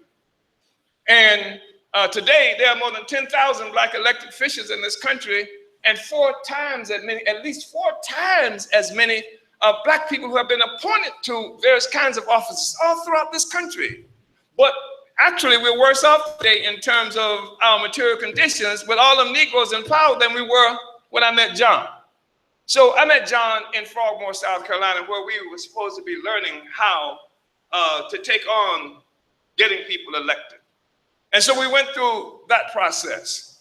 We went through the 1964, the summer project in Mississippi, where all these black people went with this promise from the liberal Democrats, white liberals, that if the Africans from Mississippi would come and participate and show that they actually wanted to vote and come to the National Convention of the Democratic Party in Atlantic City, New Jersey, if we show up and show that we actually want to participate, then they would help us to get the black people from Mississippi seated as representing the state of Mississippi and kick out the lynch mob that called itself the Democratic Party, that was the white people. That's what they said they would do. And we showed up. And what happened, of course, was just the opposite. The supreme liberal, the one that's celebrated today, when they saw all these black people show up, Johnson, I'm talking about Lyndon Baines Johnson, who was the president. What he did was send a message by another liberal who was named Hubert Humphrey, who got his follower, Walter Mondale. All these are wonderful liberals. They've told you how much they love us, to come and tell us that they were not about to give up them seats to them white people. At best, what we could get was 2 non-voting seats. And this incredible black woman who was a sharecropper, this incredible black woman, Fannie Lou Hamer, she said, we ain't come all this way for no 2 seats when everybody is tired. And then we walked out of the Democratic Party convention. It represented a serious split between our community and the Democrats. And then SNCC went into Lowndes County, Alabama. And I should tell you, by the way, that on the first day of the summer project, 3 people were murdered: Schwerner, Goodman, and Cheney. And I think, John, you represented them as a lawyer there in Mississippi. But they were murdered. This was just trying to register to join the Democratic Party. And the Democrats were killing us in these places. And so SNCC went into this place called Lowndes County, Alabama. You, brothers and sisters who are here, black, working class, poor people are the solution. But you have not been speaking for yourself. These Uncle Tom sellout, lick-spilling, chicken-eating, butt-kissing, vomit-eating Negroes have been speaking for you. You have a responsibility to stand up and assume leadership of your own movement. If you do not do that, then we'll continue to be sold out. There is no excuse for doing anything less than that, because you are the ones. That's where the future is in the working class, in these communities. That's why in every impoverished community, you see lines and lines of police cars all the time, because you are the ones that they're afraid of. They ain't scared of no preachers. They ain't scared of no lawyers. The ones they're afraid of are the ones who will rise up and overturn this whole rotten social system. That's what they're afraid of. Don't you think so, brother? You think they're scared of your preacher? Tell the truth. Does anybody here think the white man's scared of your preacher? Please. It's the people. It's the working class. And so what has happened is in Lowndes County, Alabama, that's where the Black Panther Party came out of. That's where we organized a Black Panther organization here, Student Nonviolent Coordinating Committee in this city. And people, we built a whole movement where people had turned their backs on the politic of America, had turned our backs politically. We had defeated U.S. white power, politically and ideologically. People were looking, talking about black power. People, you can't even imagine how powerful it was for us to say black is beautiful. This is stuff you've been condemned for being black. Condemned for having what they call nappy hair. Condemned for your features.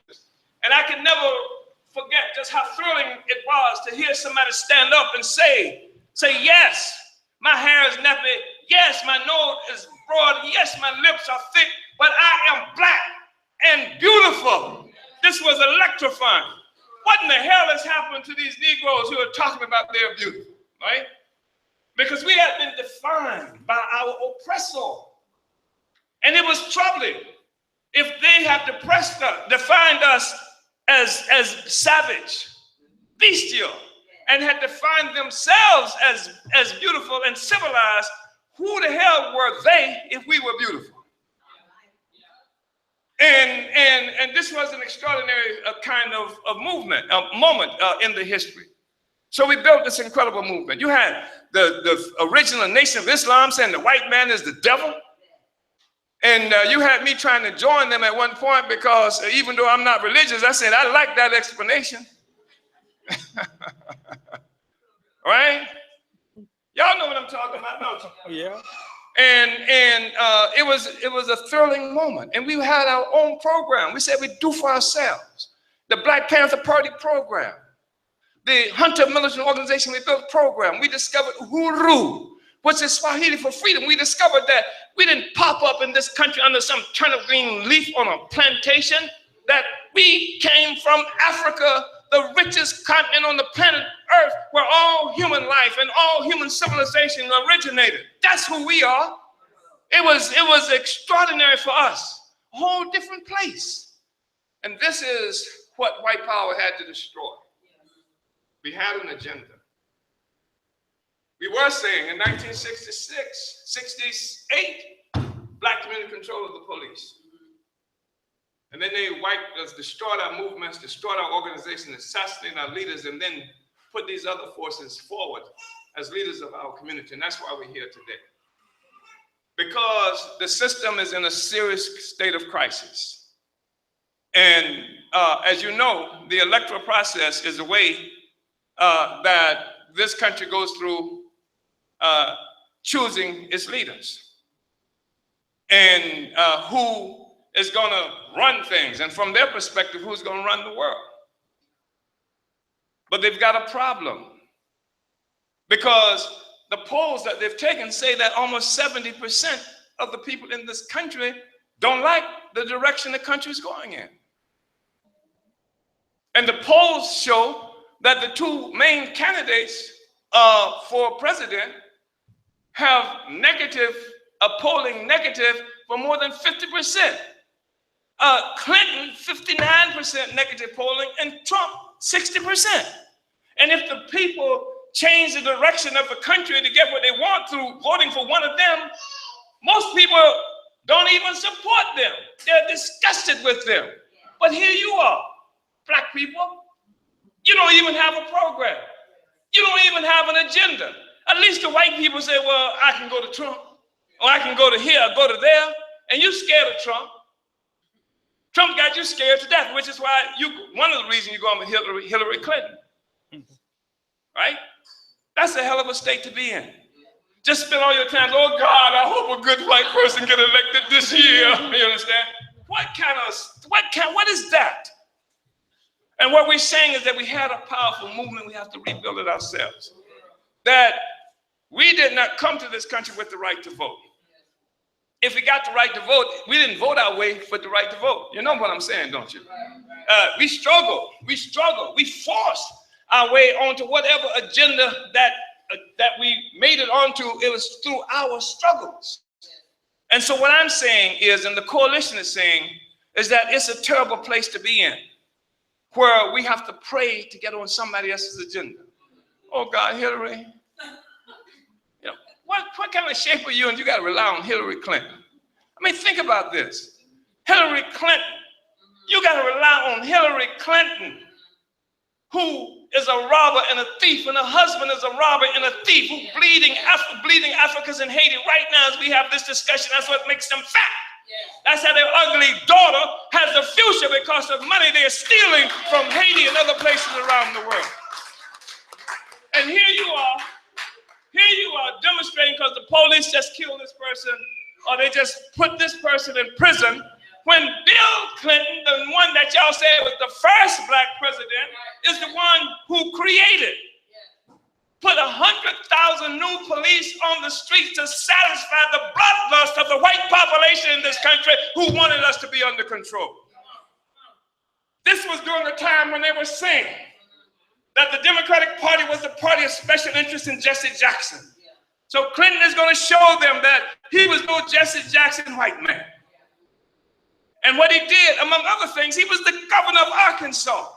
And what he did as a part of his campaign, he went into Arkansas to preside over the execution of a mentally ill black man who was so sick mentally that when they asked him what he wanted for his last meal, he said he'll wait and get it after the execution. He was letting the white people know who he was. This is Bill Clinton. This is who they tell you that you got to support, and his despicable spouse. Does that make me Trump-like if I call it despicable? No. Can I say something bad about Hillary? Anyway, this is where we are. So what kind of situation is this for you to be in? You want to know why your blood pressure is so high? It's because you're always scared of what the white man going to do next. Because you don't have your own program to say, this is what, if you're going to have a relationship with me, this is what you got to do. And so that's why we're going to be, you got to be on some kind of transportation. I hope we organize it before this is over. Because the white people did not represent you in the Republican or the Democratic convention. You got to have your own convention. And that's why we are going to be in Washington, D.C. on November 5th and 6th. And that's why we're telling the white folks, I know y'all got an election on the 8th, but on the 6th, I want to let you know, this is our agenda. This is our platform. This is the platform that we are going to be fighting for. And not only that, there's no Reverend Chicken Bone that represents us. We represent ourselves. We put this together without a single preacher having to put anything on here. Without a single unscrupulous, hypocritical sellout having anything to do with this. That's what we're going to do in Washington, D.C. That's why you have to be here. Now, we're having this conference, this convention here today. And this is the first one. But there's also going to be a convention of black people that's happening in Washington, D.C., that's happening in D.C., that's happening in New Jersey, that's happening in New York, that's happening in Illinois, that's happening in Missouri, that's happening in Kansas. Did I miss anything? Alabama. That's happening in Alabama, that's happening in Maryland. So there are going to be other Africans who are meetings just like this, preparing to go into Washington, D.C. And you got to be there. You got to be on that platform because we're going to have a rally first on the 5th at Malcolm X Park. And you got to stand on that platform. And you got to say, I'm here today because they did not speak for me in a Democratic or Republican convention. They did not say what the police did to my child. They did not say that how the police came and arrested and imprisoned my husband, my wife, my sister, my brother, or anything like that. And I'm here to speak for them. And here's their picture. You got to be able to walk in this march, because after this rally, where you will have an opportunity to speak for yourselves, we're going to march on the White House and tell Obama we're going to give him a good send-off and tell him, Obama, black is back. Black is back.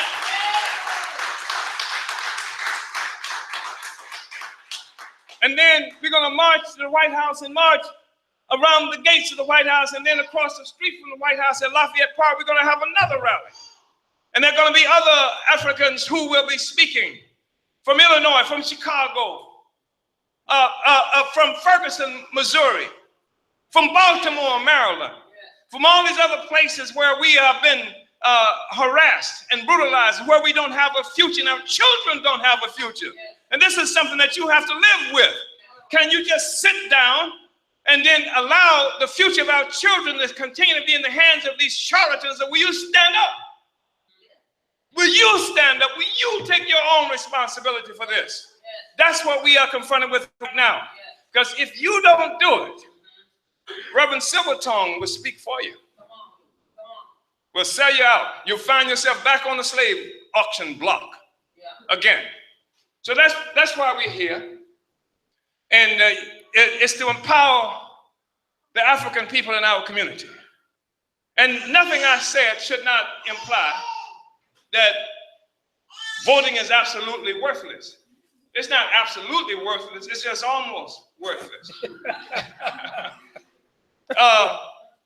Because there is something, once you're organized with your own agenda, then you can fight for something.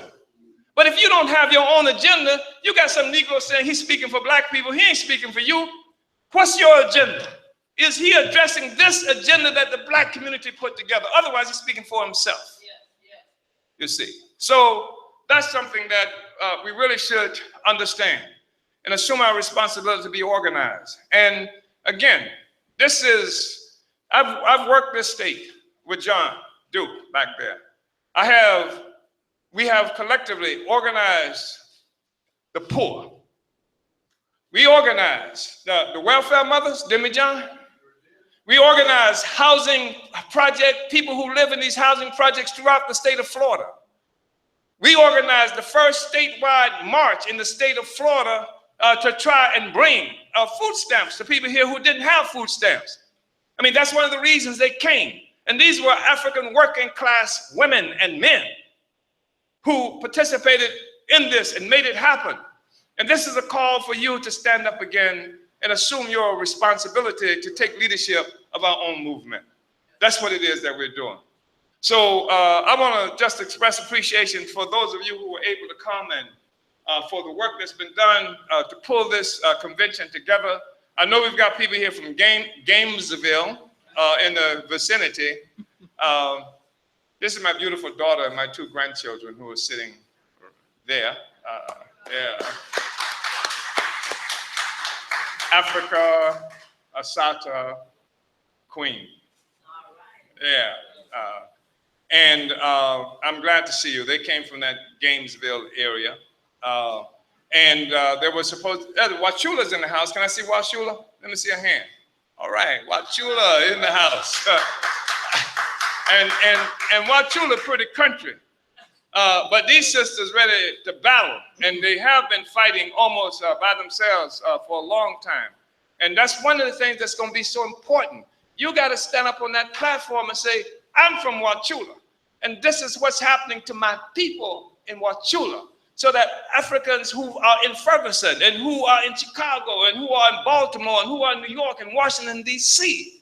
Can know and understand what's happening with you and see the relationship of what's happening to Wachula and to what's happening to us in all these other places. We got to end your isolation in Wachula, not just by creating a relationship with us here in St. Petersburg, with African people everywhere else.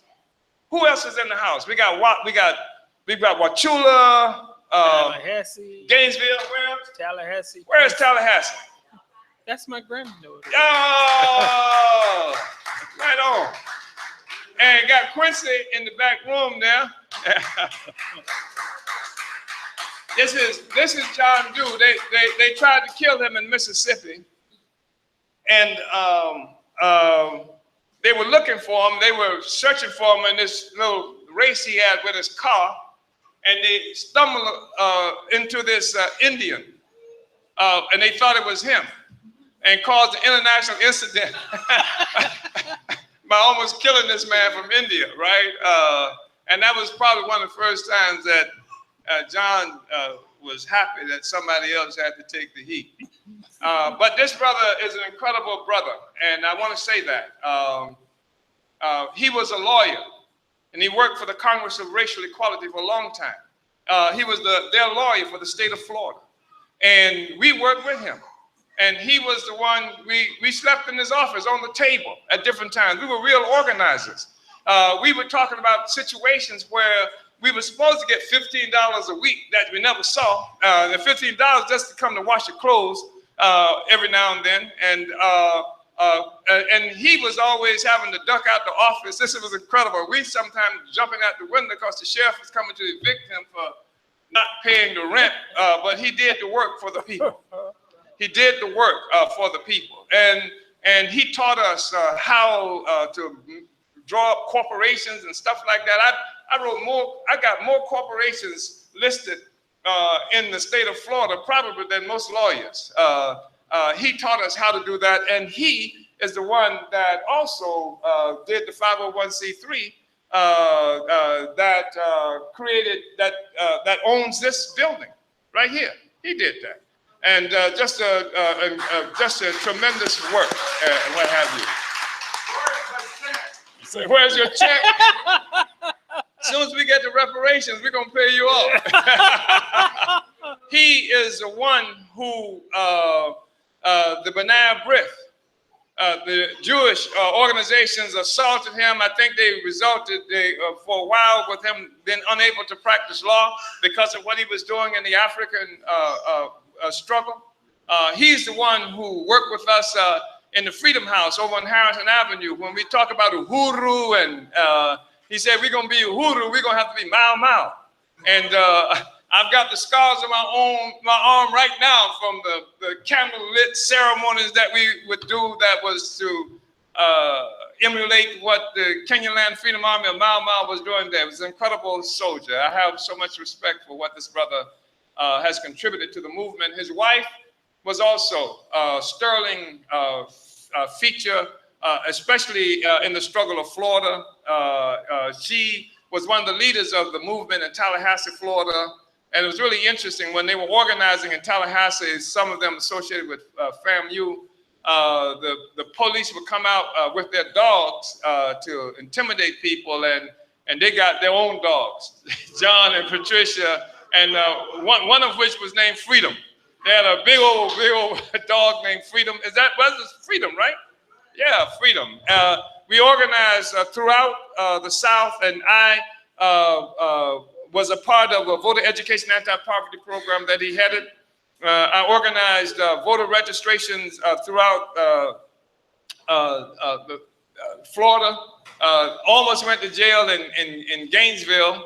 Almost got lynched. And I can't think of that. I don't know why you would forget the name of a place where you almost got lynched. Maybe that's why, because you almost got lynched. But and what we had was just a phone number, the name of a contact, and what you do is go there, right? Right, John? Go there, find the contact, and then go ahead and start organizing to do voter education and registration. That is what you did, and that's the kind of work that we did here. And it was among poor people. That's where the solution is. It is not with the professors. I don't give a damn what you've heard. It's not with the professors. It's not with the preachers. It's among the oppressed African working people, the poor people. That's the one who's got nothing to lose and everything to gain by the kind of struggle that we have to make. I want to appreciate everybody for coming out, and I'm going to go ahead and stop now and give you an opportunity. Is there a question and answer, or do we just move from here with the agenda? I think your question is and answer is after the call for resource. All right, so thank you so much for coming out, and really work together to build this movement. Let's rebuild the movement in the state of Florida. I was talking to John today, and he was saying that Florida has been written out of movement history. When you go and look at the history of the struggle in this country, in the South in this country, you can't even find Florida, except when they almost killed Martin Luther King and St. Augustine. There's little evidence of this incredible struggle, and we have been critical to in fact, while all of the others are gone, we are still here. You're talking about Black Power. Black Power never ended because of the African People's Socialist Party. This is the institution. Many are just here. We throughout this country, we throughout Africa, we throughout Europe, so it didn't end. This is what came out of Florida, but you can't find evidence of it. You got to go ahead and help us to build this movement and put this struggle of our people in this state back on the map again. Thank you so much, brothers and sisters.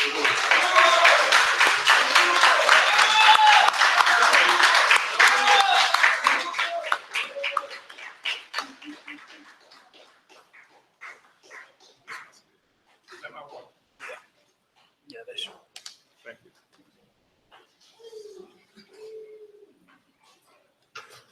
Uhuru Chairman as always, Black is back. Black is back. Black is back. Black is back. Black is back. Black is back. Black is back. Black is back. Black is back. Black is back. Black is back. Black is back. Uhuru. And Goddamn, Black is back. All right. Uhuru. Yes, Black is back. That's why each and every person, before you leave here today, you can make sure, one thing I want you to do is make sure you take the documents with you that you have, read them, study them so that you understand who the Black is Back Coalition for Social Justice, Peace, and Reparations is. Number 2, the Declaration and the 19 points. That is our program. As the chairman said, if you don't do it, who's going to do it? Who is going to do it? If you don't do it, who is going to do it? Each and every person here has a responsibility. You owe it to the future of your children and their children. Black is back. You got to stand up. You got to join us. You got to join us on November 5th and 6th in Washington, D.C. But right now, we need to raise $300. That's the real reason I'm up here. We need to raise $300. So who got it? Raise your hand, and we can stop now. Big John got it. $300? Come on. Somebody got it. Well, Latanya is going to pass this basket, and by the time she gets done, if we can get some money collecting music going in the booth back there, we're going to raise $300. So we ask you to give generously. November 5th and 6th is not far away, and we want to continue to do this work, build this movement, build a movement. We're not individuals, we are part of a movement, and each of us has to do our part. So pass the basket.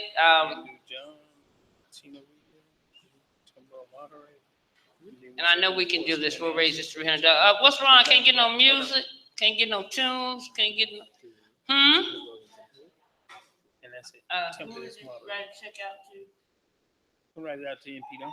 To NPDUM, INPDUM.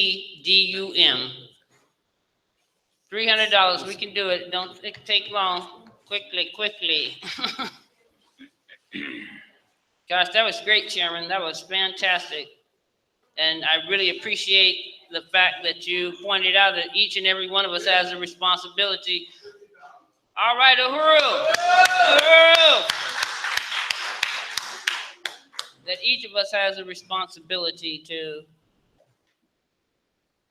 accept the declaration and the 19 points and be part of our own future. We have to push it forward. No one is going to build. Hillary Clinton ain't talking about it. Donald Trump ain't nobody talking about us. We are continually the other. But we can speak for ourselves. And that's what we have to do. Uhuru. What you got? Okay, we will give you a count momentarily, but I think we can move the agenda now. Is that correct? Yeah. I think we might have time to do a Q&A for the chairman before we do the work. Excellent. Well, what we would do now, Uhuru, Chairman, if you can come forward, we will have questions and answers. If anyone has any questions, I'm sure that there was a riveting presentation. I'm certain that people have questions. So please. Online, we'll take your donations to npdum.org, right? If you got any questions, please send them as well. Uhuru. I just wanted to say that this question of principles of unity is extremely important. Because when you talk about people coming together in organization, and we hear people saying, you got to be united all the time. What is it that you unite with? You don't just unite with anything. So there have to be certain kinds of principles that we organize around, that we unite around. Otherwise, you can unite against your own interests. Just because somebody looks like you, So the principles of unity are really important that pull the Black is Back Coalition together. And I do hope that you will take a look at these 19 points that are part of the declaration of our agenda. I think they're extremely important. Why is it that you're not screaming about reparations? You live, those of us who, especially in this city of St. Petersburg, Florida, not too far from here, less than 3 miles from here, is a place, they call it the Holocaust Museum. And the Holocaust Museum is something that commemorates the death of Jews. And it's downtown, not far from the city hall, a museum that commemorates the death of Jews that happened in Germany and in Europe. But, and they call it a Holocaust. But no Jews died in the Holocaust in this country. The ones who died in the Holocaust in this country, if you want to call it that, were so-called Indians and black people. But you're not even recognized. You're not even on the radar. And what happens is that Jews were paid what they call reparations. But nobody's paid you. They don't even think about paying you. You built the entire economy of this country. And the conditions that they were imposed on us, and even when they said slavery was over, we went into what was characterized as something that was worse than slavery. It's called convict leasing, where, it was just incredible, but there is no recognition. Reparations, you have to demand reparations. That has to be on the top of your agenda, payback. Because what has happened is that we've been on the defensive because the government and white people are continuously talking about how the economy is negatively affected by these entitlement programs like welfare. And somehow black people are living off the welfare of the hard-working white people in this country. And it has demoralized a whole bunch of black people who don't understand that for 400 years, white people have been living off the welfare of black people. You got it wrong. Now, the slave master did not feed the slave. It's the slaves who fed the slave master. It's the slaves who built the economy and what have you. And so they've got us in this situation where we're on the defensive when they should be on the defensive saying, how the hell are they going to pay us back? And 400 years is too long to owe anybody anything, right? So reparations has to be, you have to say that free all of these black people that you got stuffed in these prisons all around the country. I mean, that's a horrible crime against humanity. And they say, well, y'all commit all the crimes. I tell you what you do. Let black people put police all over the white community all the time. And anytime you do something, it looks wrong, and we have the ability to arrest you. I tell you where the crime is. Yeah, that's where all the crime is. That's where all the police is. And not only just police, but police who hate your guts. Police who would shoot your children down, shoot women down, would strangle you to death. And they said there's more crime.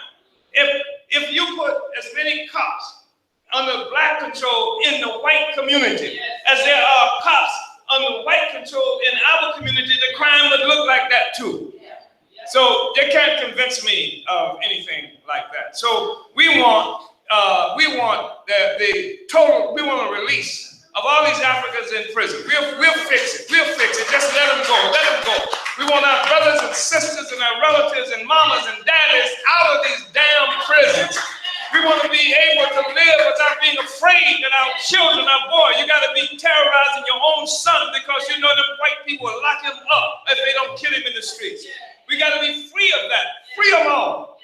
We want the immediate withdrawal of the police department from our communities. We want black community control. You say you believe in democracy. Well, what can be more democratic than if the police are going to be in the community? We vote on our own police. We create the police. We police ourselves. Keep your white asses out of here.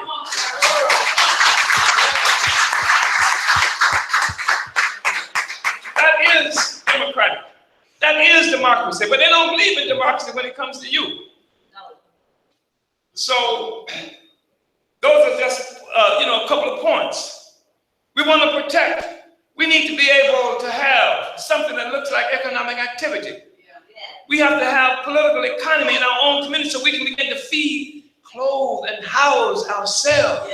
Because if you can't feed and clothe and house yourselves, the one who does it will be the ones who can control you forever.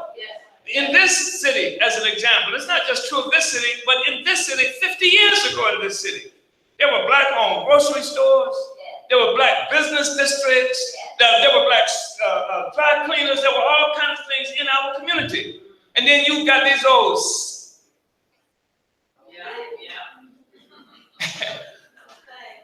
yeah, and the reverends and all the rest of them fought for, they said they were going to integrate y'all.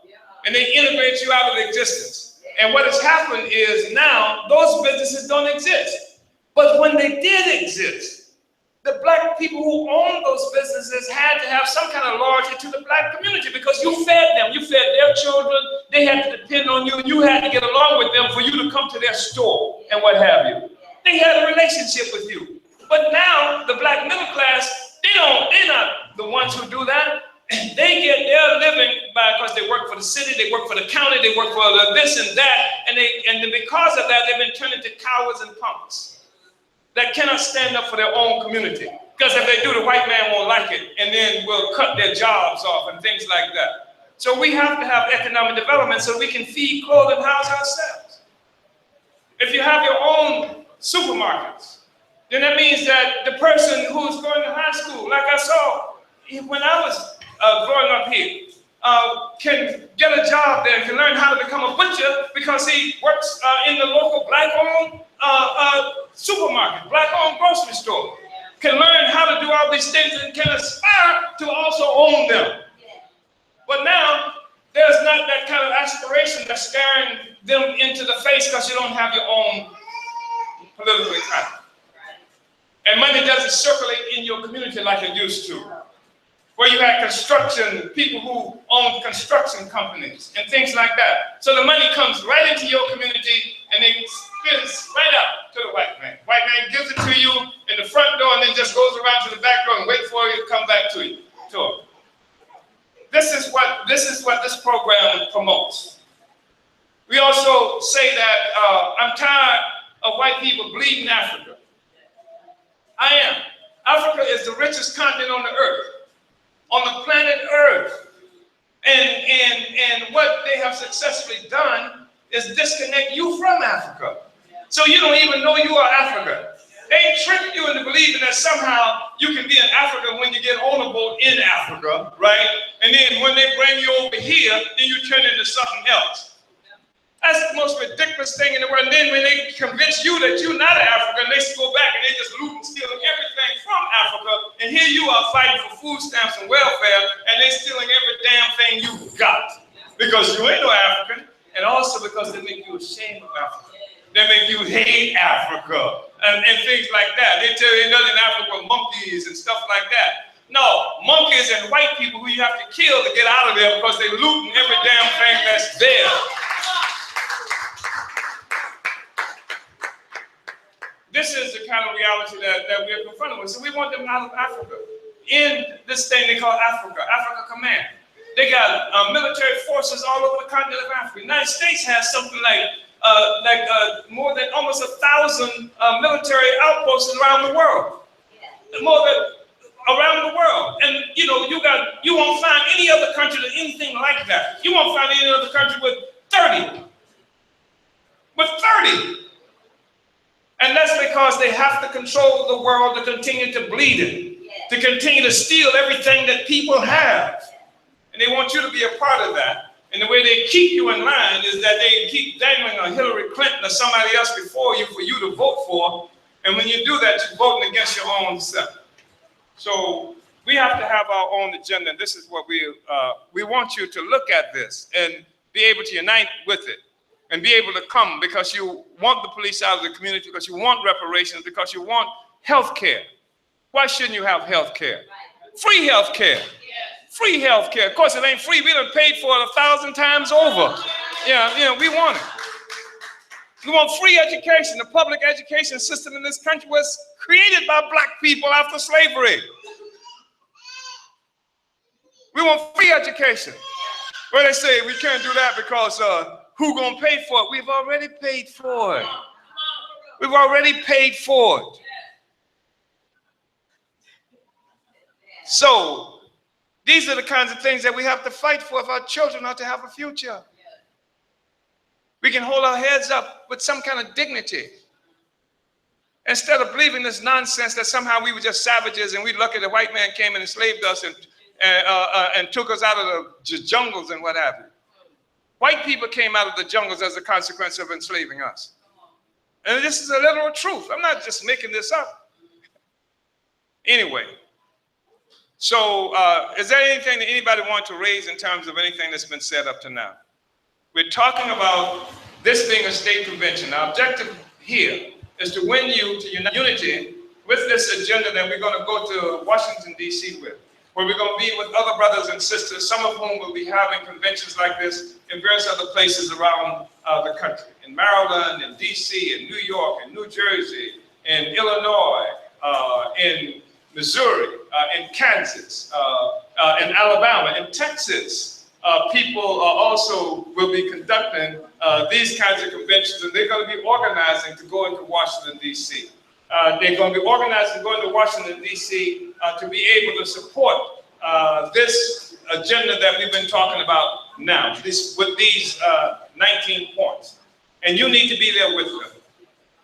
So that's what this is about.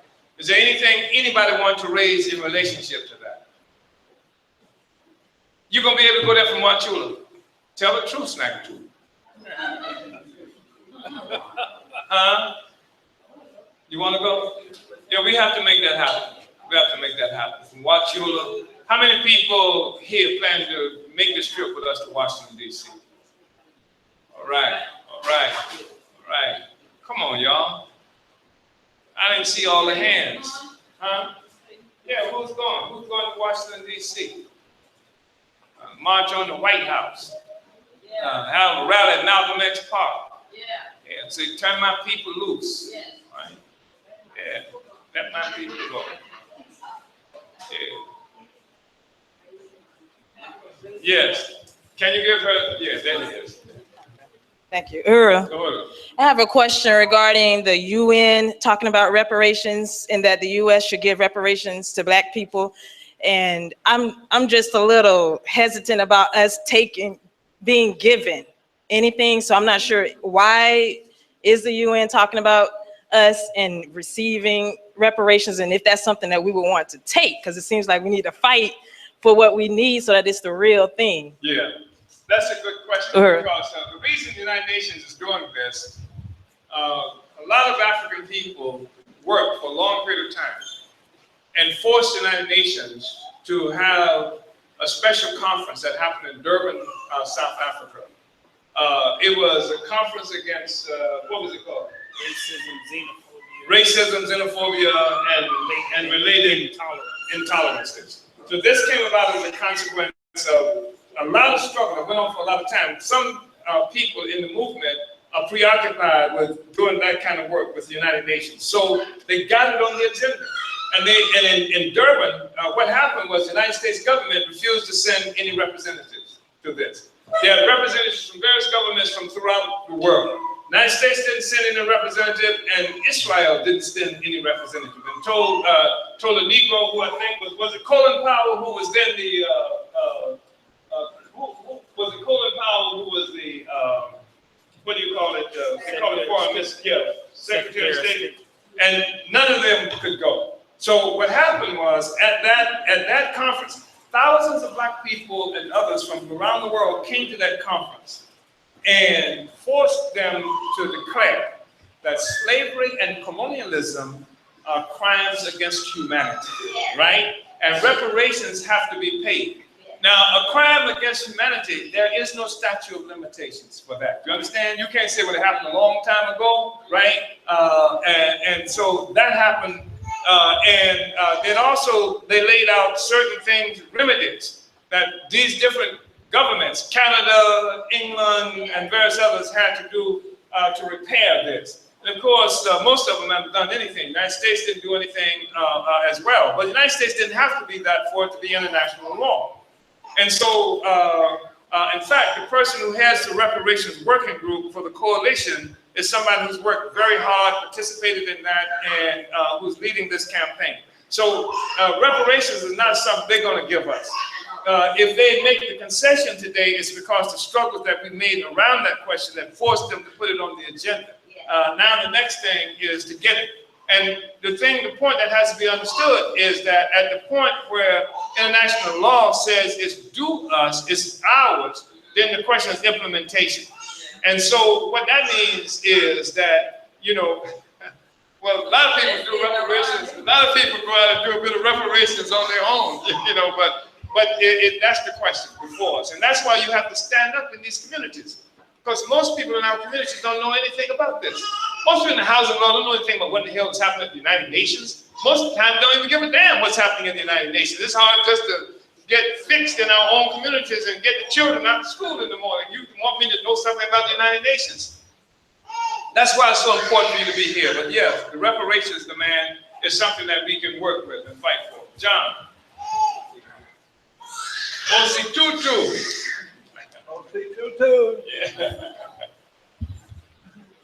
Since the 8 years since you've seen me, yeah, I've been wearing something that you hadn't said anything about. I saw it.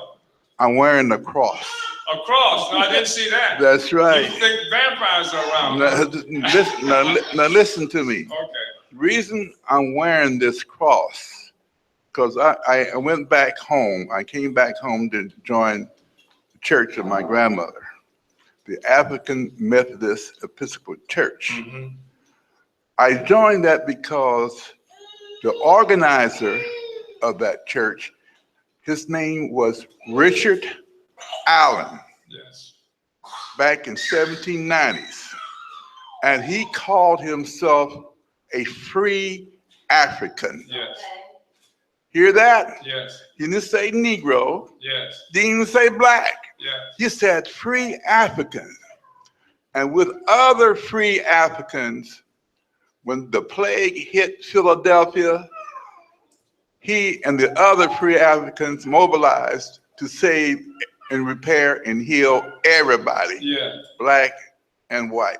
So I've been wearing this cross and as a member of the African Methodist Church, hoping I can convince them to go back to the ideals of Richard Allen as the free African. Right on. All right. I don't know if there's not a contradiction being free and another thing too, but. First, you have to be free in your own mind. Right on. Okay. Here's somebody else up front. Johnny X. Chairman, I'd like to say something right quick. I know I just got him. I'll listen to the brother. With me, I might have saved the black people, but I let them cracker die. I wouldn't have did that, That's all I'm saying. Johnny is a heroic man. He's gonna let the white people die. When I say he's a heroic man, I forgot the circumstance under which he picked up somebody in his vehicle, and he was driving across the Skyway. Anybody familiar with the Skyway Bridge that separates St. Pete from Manatee? From Manatee County, and they call it Skyway because it used to be extraordinarily high. Still high today. It's the favorite place for suicide jumpers.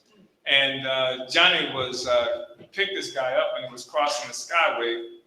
And did the guy pull a knife or something on you? Pull a knife on him and force them to stop. I think he wanted Johnny to jump off the Skyway with him. But the guy actually jumped off the Skyway, and Johnny grabbed him as he went over and grabbed him and saved him and pulled him over. And so he's a heroic person, and he's obviously a first responder who believes in saving people, but he said he would have let them white people die. So, anybody else? Anybody at all? No questions about the coalition. No questions about the achieving our own national black agenda for self-determination. So it's not just a black agenda, it's a black agenda for self-determination. And self-determination means that we assume responsibility for deciding our own future. That's what we are fighting for, to be a self-determining people. Because people sometimes talk to us how we're better off now, they say, because there's no segregation now, and they say we're better off because there's no Jim Crow now, and we're better off because there's no slavery now. But they missed the point. The real attack on us was one that took away our right to be a self-determining people. When you don't have charge of your own future. And it doesn't matter if they call that slavery, Jim Crow, integration, segregation. If you don't have charge of your own future, you're not self-determining. And that's the problem that we have to fight for. So we say the highest expression of democracy is not integrating with white people, but it's having self-determination. That's the struggle. We say a national black political agenda for self-determination. That's the thing that we are going to Washington, D.C. with, and we'll be meeting with a lot of other Africans from other places to have that discussion. All right, if there's nothing else, thank you so much again, brothers and sisters. Uhuru. Uhuru.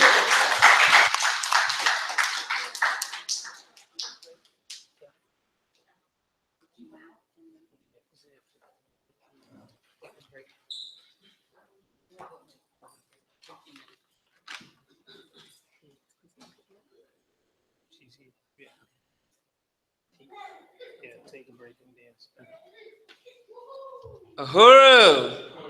Black is back. Black is back. Black is back. Black is back. God damn it, black is back. God damn it, black is back. Uhuru, now you get to go on a break. Uhuru, so we're gonna have a 15-minute break. We got some snacks in the back for y'all to munch on real quick and also go through the documents. You're more than welcome to ask Chimarenga here if you have any questions around the documents or anything like that, in case you were shy and didn't want the mic in your face.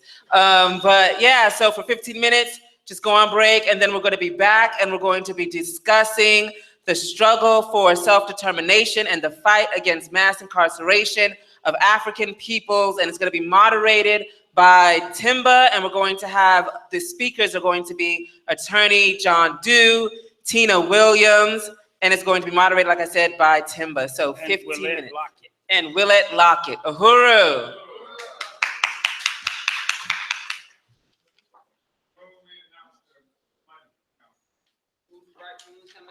We will be announcing how many resources were collected right when we come back from break. Uhuru. Also, if you found a little $5 in your pocket or anything like that, or a quarter in your baby's mouth, please make sure to signal this comrade right here, Latanya. Put your hand up. She has the beautiful t-shirt on. Show them your t-shirt, sister. Yes. What does it say? Omali taught me. He taught me too, girl. All right, so if you found any spare change or you want to go to your car, look for some spare change, make sure to give it right here so we can forward this fight for self-determination, because we've got to hustle and get these resources the same way Hillary Clinton is hustling for these millions of dollars to push us into these prisons so she can make these millionaires who's making millions of dollars off of African people being in prisons. So we are here with y'all making as many resources as we can to push this agenda forward, to free Black people, to get us to have self-determination. Uhuru! All right, get y'all some snacks.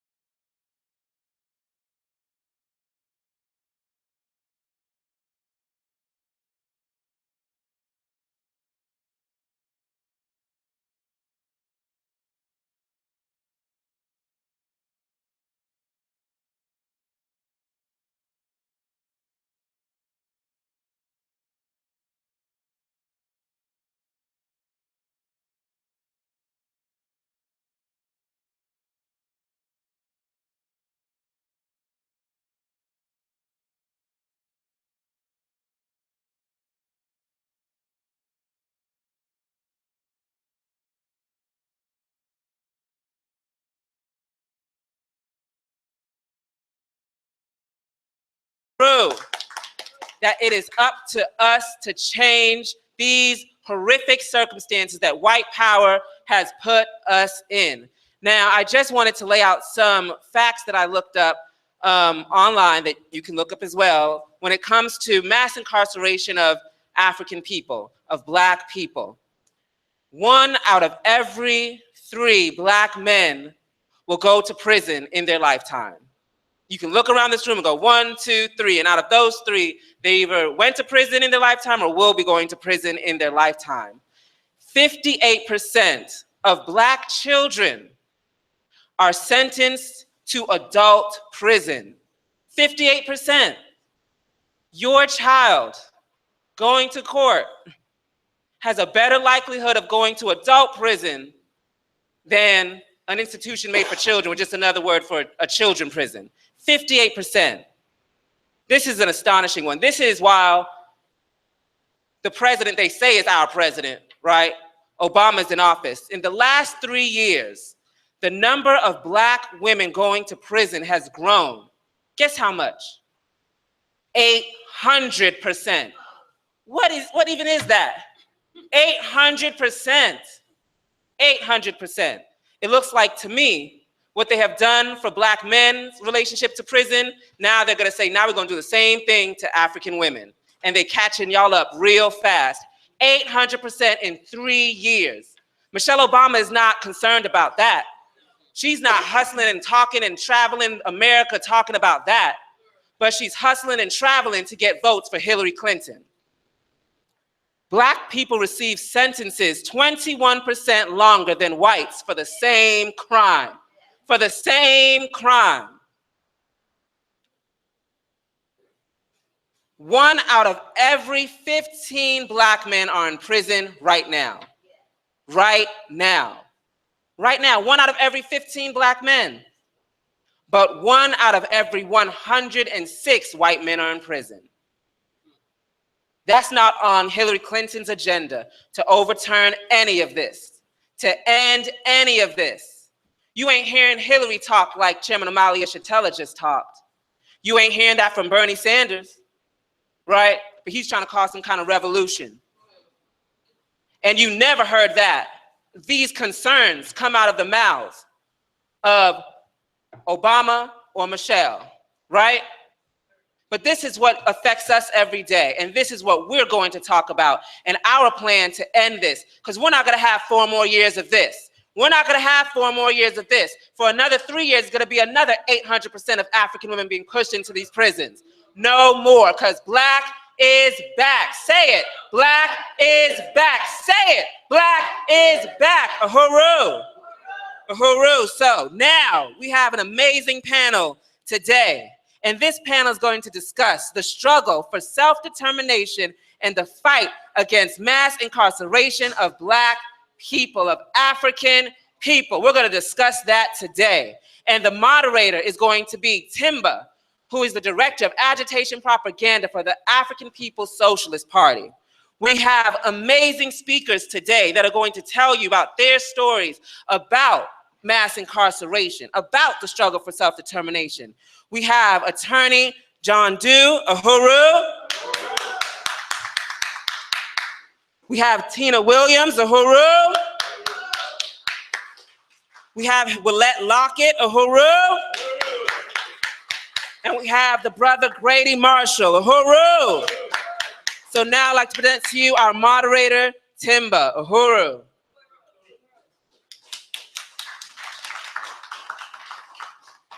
Uhuru.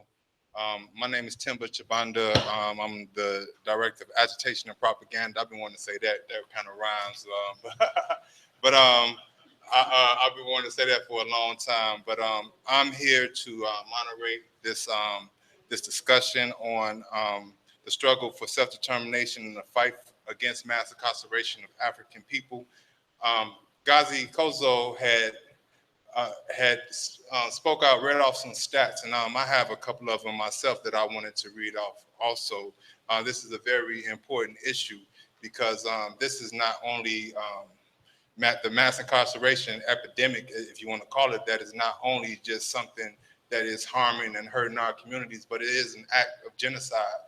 And we do have a campaign going on, African Stars Genocide, that you can also go to africanstargenocide.org.com. Either one of them you can do and sign that petition.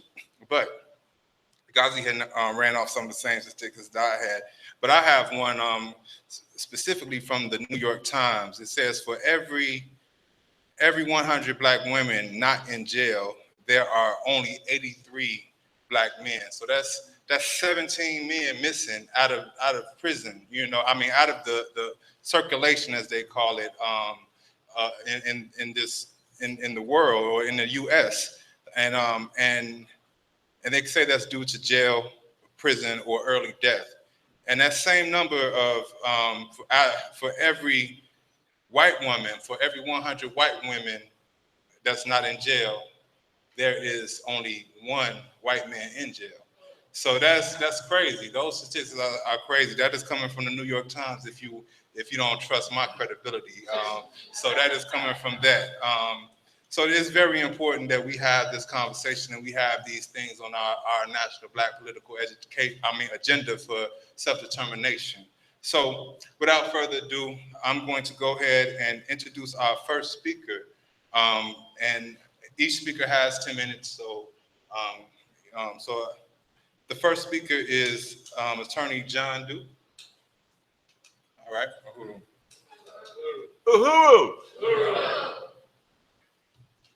I am Attorney John Doe. My African name is O.C. Tutu. I was given that name by the boyfriend of my sister-in-law from Ghana, who said that I must be O.C. Tutu because I must be the leader of the Ghana people, which the British hasn't found yet. So you are O.C. Tutu. It's very important that we discuss what is really going on with the mass incarceration system here in America. The chairman doesn't know my whole background. I used to be a social worker for the Department of Corrections. Department of Corrections in Indiana, in Greencastle, Indiana. I also used to be, I joined the Army to get my GI Bill benefits and learned a lot about psychological warfare when I was in the Army. This is important because what is taking place is a psychological war against Black people. Now, when I was with the Department of Corrections, my mother had Republican connections, so therefore I was one of two Blacks in the whole Department of Corrections.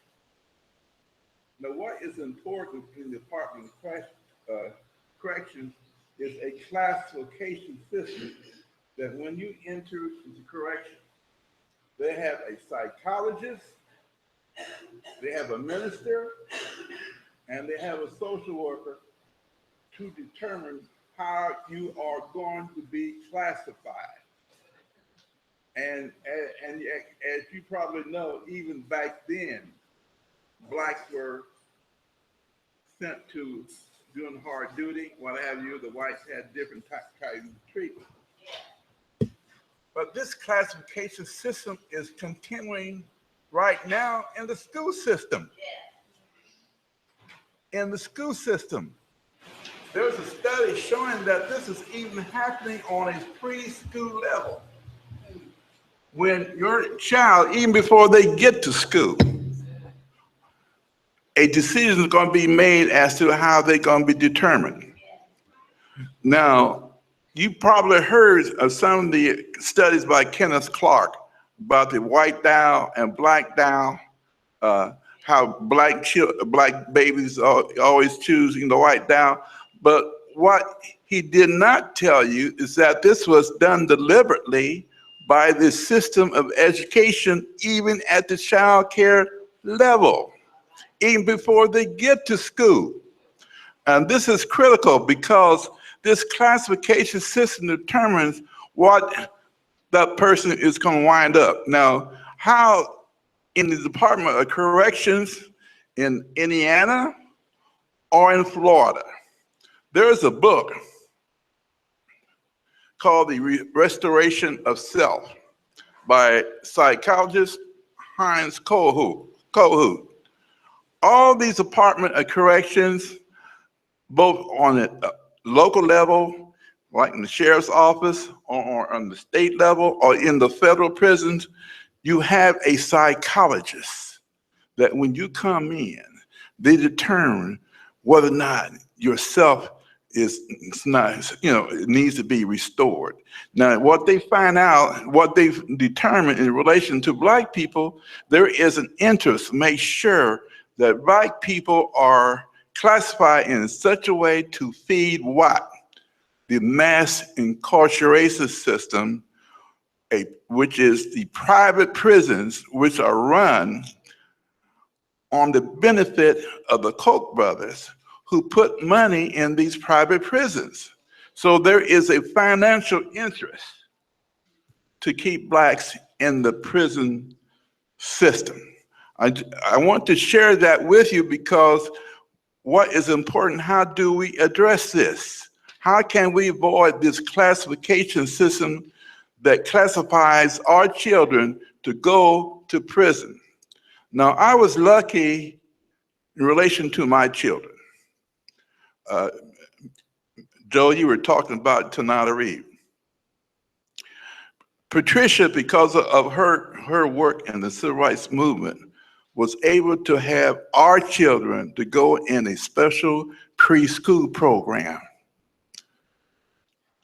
Now, though most whites who have money, they can afford to put those children in that special preschool program. So when Tanada Reed, Johnita, and Lydia got to the public schools, they were already super niggas. Now, I graduated from Florida A&M University, but Johnita graduated from Harvard University. Understand what I'm talking about? The program is either to classify you to go into the criminal justice system for profit, or if they kind of like you, you can get into their other special classification program where you can go to college and be somebody. See, none of my children is in the movement. They don't know where Florida is hardly because they have been assimilated into the white culture. They're the future masters of the power structure. So that is my history, and I just want to share that little piece before I turn it over to the others who are the victims of this classification system. Where do I go next? You? Yes, you go ahead. Why don't you announce what it is so that everybody can know?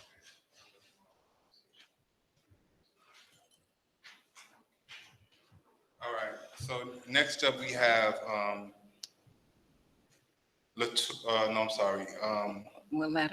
Willetta Lockett. Yes. I had you on Africa Live one time. Yes, you did. You did. All right, right on. Willetta Lockett Right. will be next up. Let's Right. give her a round of applause.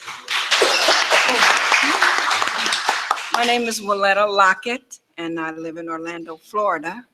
And I'm married to Rodney Lockett, who grew up in St. Petersburg, Florida. And my husband was incarcerated with 13 consecutive life sentences for a crime he did not commit. It was 2 white teenage girls. He had an alibi of where he was, but they decided that they would incarcerate him anyway and convict him. The place where he was, his Aunt Dola's house, she wanted to testify where he was, and they said they didn't need her to testify, wouldn't let her in the courtroom, said that he would not be convicted because they didn't have enough evidence. Now, 31 years later, he is still there. Prosecution knows that he's innocent, and it was proven a long time ago. So I'm here to give you a little bit, tell you a little bit about his story. And then what I would like to do is, because we need some media coverage and airway coverage, because that's the only way that he's gonna get released, is to get some exposure. And I would like to organize a protest, and I had talked to the organization here about helping me get that together and started, because I don't know where to start, but I know that's something that we need to do. And so just a little bit about his story. His name is Rodney Eugene Lockett, a Black Army veteran who served with the 3rd Infantry Division of the 1st and 5th Cavalry of Fort Hood, Texas. He was wrongfully convicted of sexually assaulting 2 white girls in 1985. Mr. Lockett has always maintained his innocence and is determined to put an end to this injustice that has plagued his life in an attempt to destroy his life and his family. Mr. Lockett is a blood type AB, and it was determined that the perpetrator was a blood type A. Mary Cortez, who is the crime lab analyst used by the prosecution, testified that she made up a possible explanation of blood types being masked. Now, you know you cannot take a part of your blood type out, but she made that up to cause one antigen in a blood type to not show up, and the jury bought it. It was an all right jury. The girls were white, and he was the only Black man in the courtroom. The victim said that the perpetrator did not have any teeth missing. Well, Mr. Lockett had teeth missing. Ms. Dola Coleman was ready to testify that Mr. Lockett was at her home during the time of the incident, but the defense attorney said they did not need her to testify because there was not enough evidence to convict Rodney. But without her testimony, they did wrongfully convict him. Mr. Lockett gave the police the name of another individual that borrowed his car that night, but they refused to bring him in for questioning. Mr. Lockett's clothing was tested, and neither Tallahassee or Tampa Crime Lab found any evidence on his clothes from the victim, and it was his car that was used. Now, what are the chances that nothing on him was in his car because someone else had it? Neither of the victims picked his picture out of the photo packs. They were shown that very same night. Also, there's a slide that's labeled 2B that was never returned after being tested, and FDLE refuses to make its whereabouts known. That information is in the CODIS database file, and even the FBI will not turn it over because my husband wrote them and asked them to turn it over, and they said that we would need a court order in order for them to turn it over, and then they just dropped it. Another wrong thing done was the lead detective, Zitzenberger, while investigating Mr. Lockett's case, was suspended for failing to complete and do follow-up on more than 50 of her cases that were assigned to her. And after my husband's case, she was fired because of that. The Florida Innocence Commission's report dated June 25th, 2012, clearly demonstrates that many exonerees cases had scientifically valid testing done by crime analysts, but analysts testified to false, incomplete, or misleading conclusions in the court, as it was in my husband's case. In conclusion, Mr. Lockett is actually and factually innocent of the crime for which he has been incarcerated for over 31 years. A miscarriage of justice has been committed, and the state of Florida refuses to acknowledge the serious mistake it has made. A man's life has been destroyed, a man's family has been crippled, and the state of Florida does nothing to correct a wrong. In fact, they are doing all they can to ignore their error. Hope in the Lord above, in whom we serve, is what we cling to daily and will continue to cling to, in hopes that he will open the eyes of someone in the court system or anyone here that can help us with that, or knows anybody that can help us with that, who will be willing to stand up and admit the injustice that has been done and be willing to speak up and speak out. So what you can do, if you want, is to contact Bernie McCabe, the state attorney's office, or Governor Rick Scott, and, and just make them aware of what's going on and force them to reopen his case. And the evidence is there that he was already exonerated, but they will not allow that case to be open again. So we need some media, some television coverage, some radio coverage. So if anybody has any contacts here, any attorneys that can help us, we would really appreciate that. And I'll give my number out to whoever would like to, to keep informed about his case. Thank you.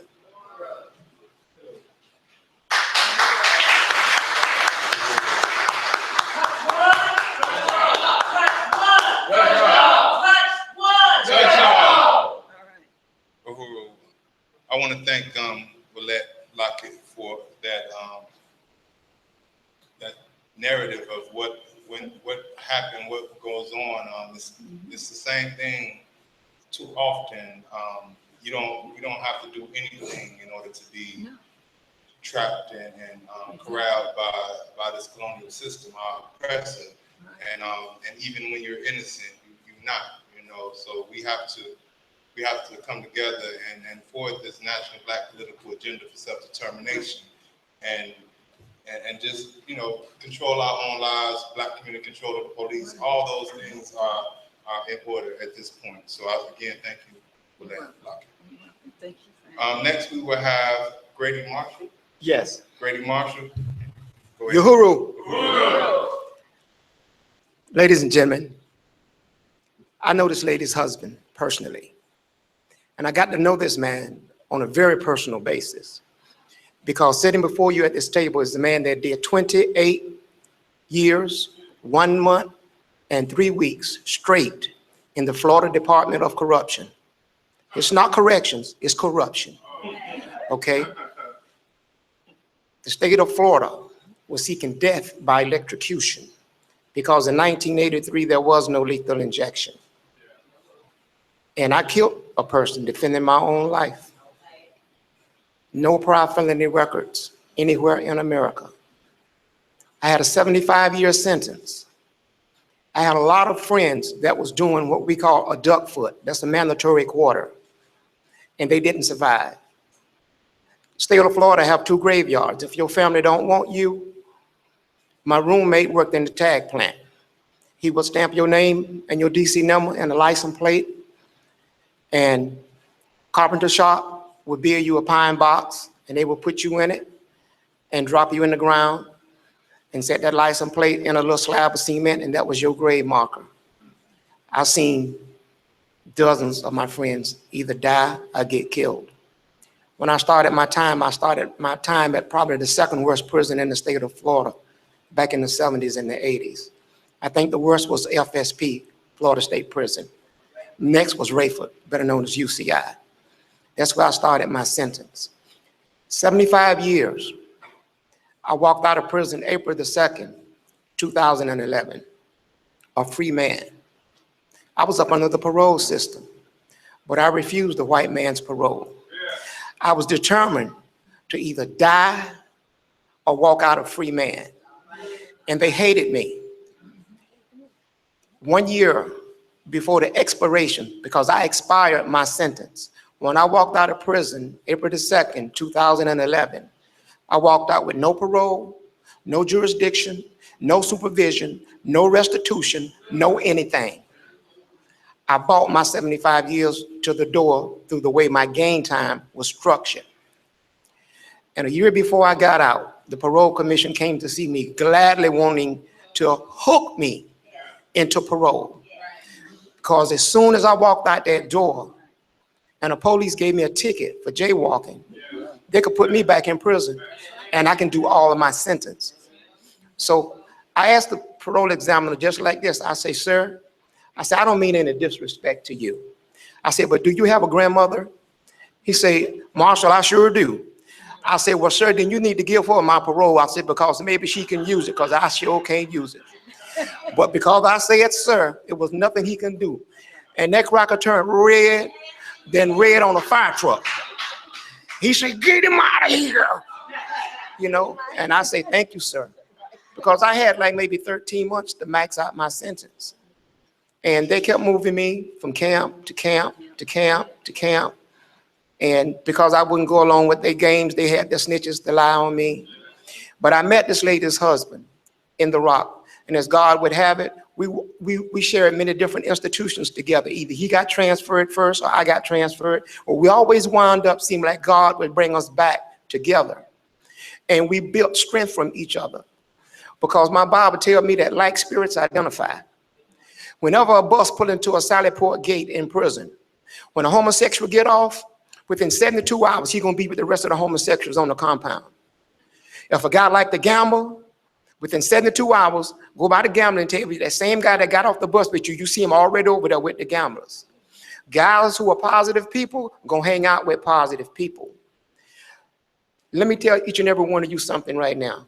No man or woman goes to prison and come out the same. You're gonna come out either worse or better.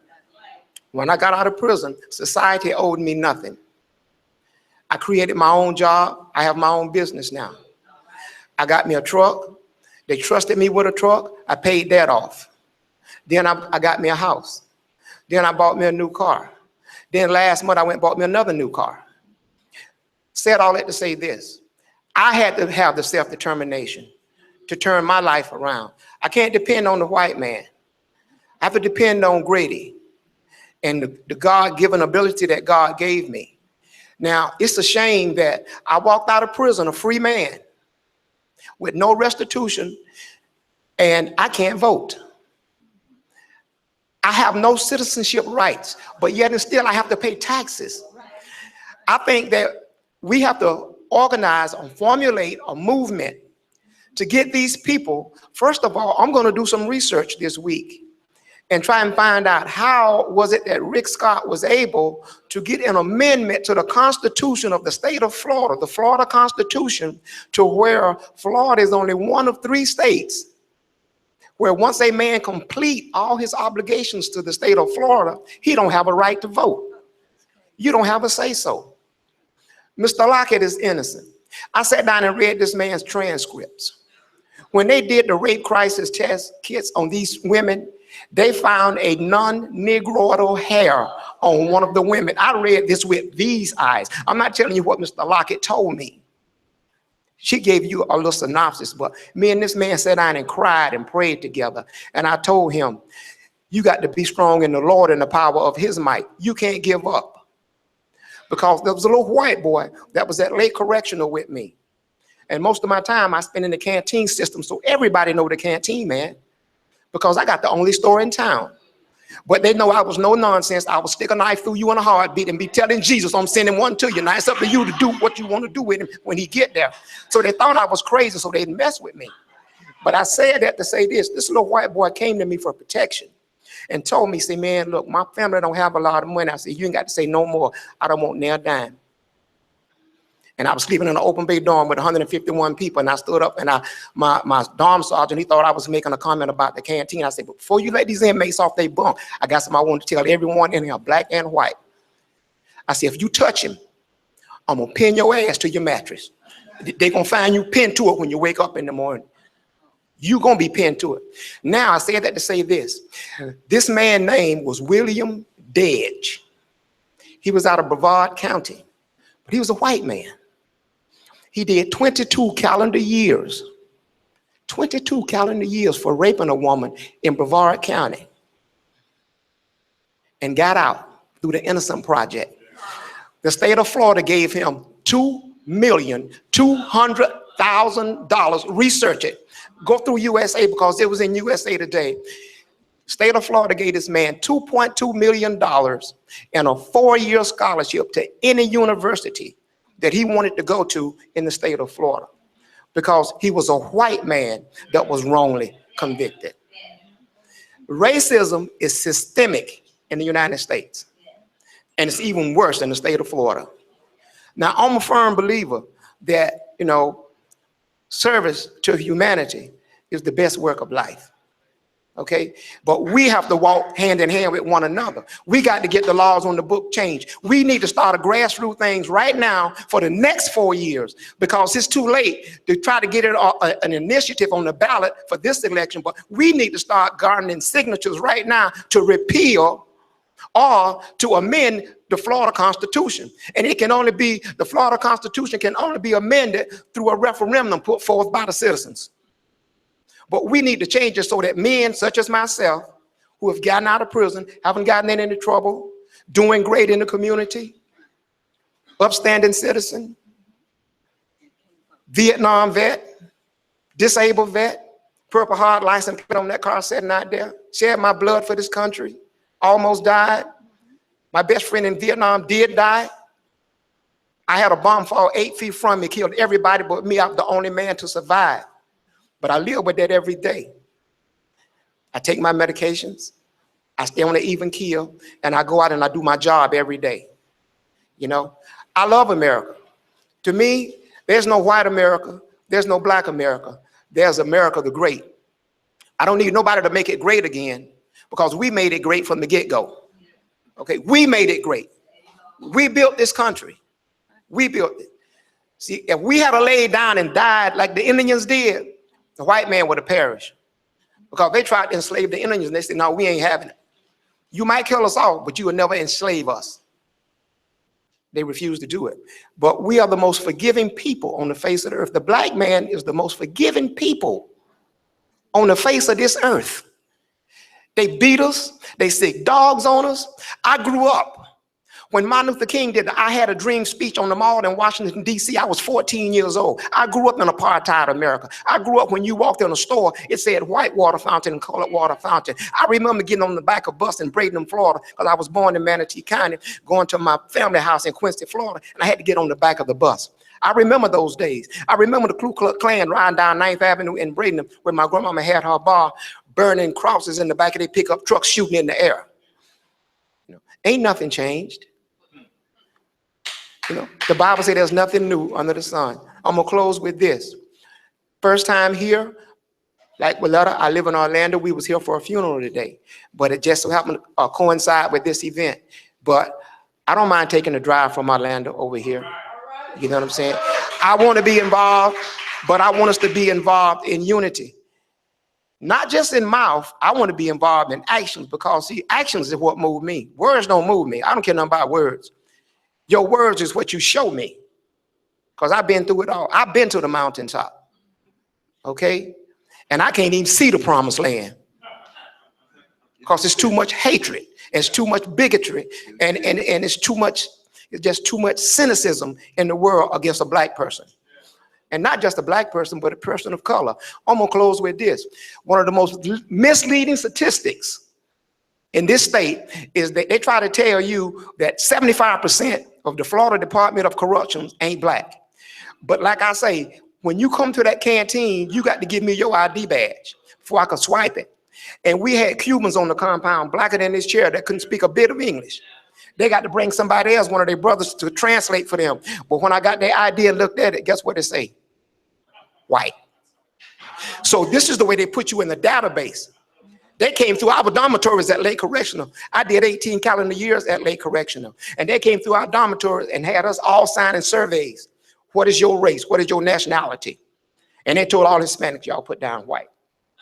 And this was to show equilibrium in the system. But there is no equilibrium in the Florida Department of Corrections. Do your own research. Thank you for your time.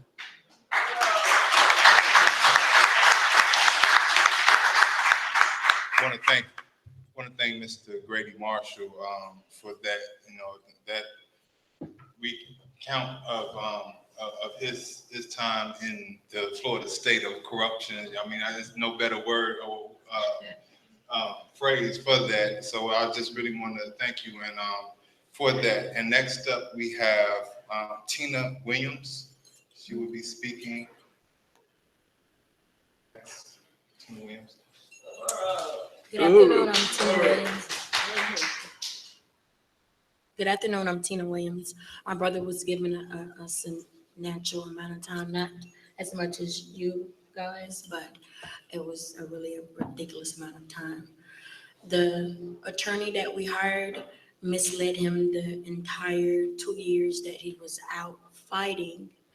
She led him to believe if he was to sign an open plea that he would be granted a downward departure, which I spoke to many lawyers that it's nowhere remotely true. So he was given 14.5 years by the judge. How he came to be arrested, they claim he fit the description of a gentleman who had been actually using his name as a alias. But keep in mind, my brother is 5'11", 350 pounds, very fair skin. The gentleman they were looking for was an even 6 foot dark skin with a mouthful of gold in his mouth. So they fit no type of description. They found some drugs, which I can't say whether they was his or not because I wasn't really there. And what I was told by the police, because it was in the general area of where he was, it belonged to him. So they hit him with trafficking of heroin. So we spent 2 years going to court with this lawyer. You know, first she had us sign a no contest, which she said that he would get a motion to suppress to keep that they found the drugs out of the case, which he was denied that. So 2 months later, that's when she came to us and told us that we should sign an open plea. From what we feel, she was working with the state because her and the state had 2 different score sheets. Her score sheet was 67 months, theirs was 108. But the lawyer and the state knew that this gentleman had been using my brother's name since 1999. And she never tried to dispute none of the dummy cases off it. The state told her, even if we took off the armed robbery charge, he's still looking at 108 months.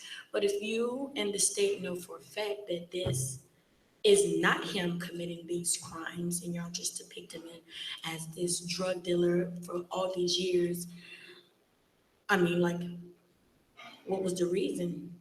I mean, we paid you all this money for you not to help us at all. You misled us the entire time. I'm now raising his 15-year-old son for the next 15 years, which at this point in my nephew's life, he needs his dad. You know, I can't really teach him anything because I'm a woman, but that being my brother, I got to look out for my nephew. We are currently now looking into filing a motion, I think it's called a 3850 for misrepresentation of his lawyer. She has since removed herself from the case. And once he got sentenced, she took herself from the case. So now we're back at square one, looking for a lawyer to bring him back into court to try to get some of the time taken away. So that's it.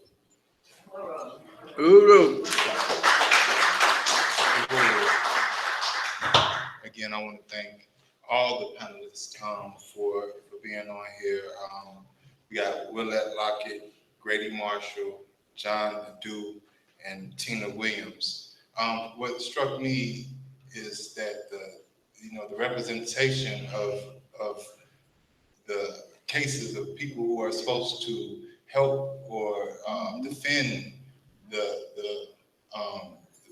victims of this were not at all interested in doing the job that they're supposed to do. And that goes again to speak to, a political agenda of our own, because apparently that is the white agenda, is to lock us up and keep us locked up no matter if we do something or not. And also, if someone has your ID and they're not bringing in, substantial evidence to make sure that you get up out of this, and if they're not bringing up the fact that, the teeth, there's no, just discrepancies and all this stuff. And so that lets you know that this system does not operate in our interest. And we must have our own political agenda. And that is to roll back in this case, is to roll back the mass incarceration of African people in this United States. Can I respond to that? Do I use this? Yes. It's important we have a political agenda, but we need to understand that we are fighting a system that's corrupt. And what I mean by that, we need to understand that this system begins even early in our children's lives of classifying them as to whether or not they're going to be part of society or whether or not they go into prison, even as a infant. So if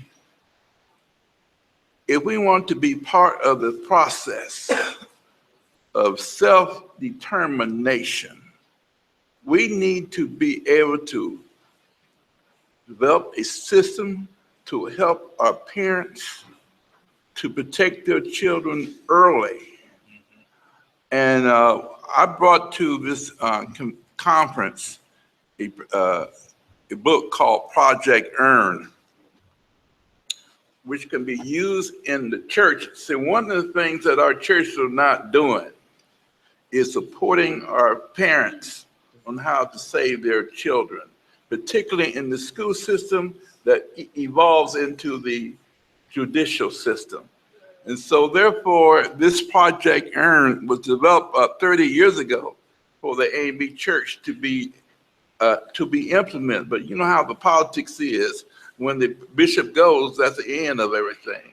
So it's important that we use the only institution we have in the Black community, which is the Black church. We have no other institutions anymore. No barbershops, no business economy. Let us use the Black church to help our parents, to help their children, their babies, even before they get into the system, so that they will prevent being classified to go into what happened to this young man, whereby he becomes part of the mass incarceration for profit for the governor and Pam Bondi. Uhuru.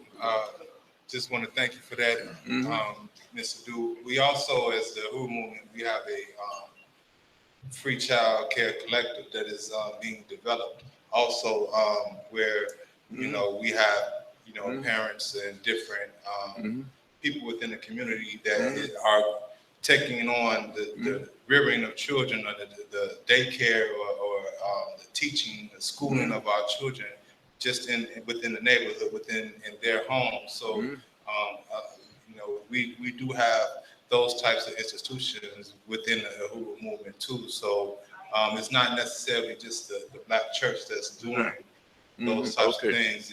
We have institutions already in place that that we can help protect our people from the colonial effects that they're in. We'll have questions and answers right now.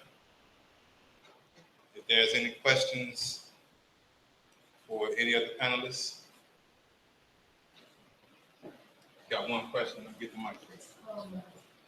I'm still as fine. Yeah. Thank you.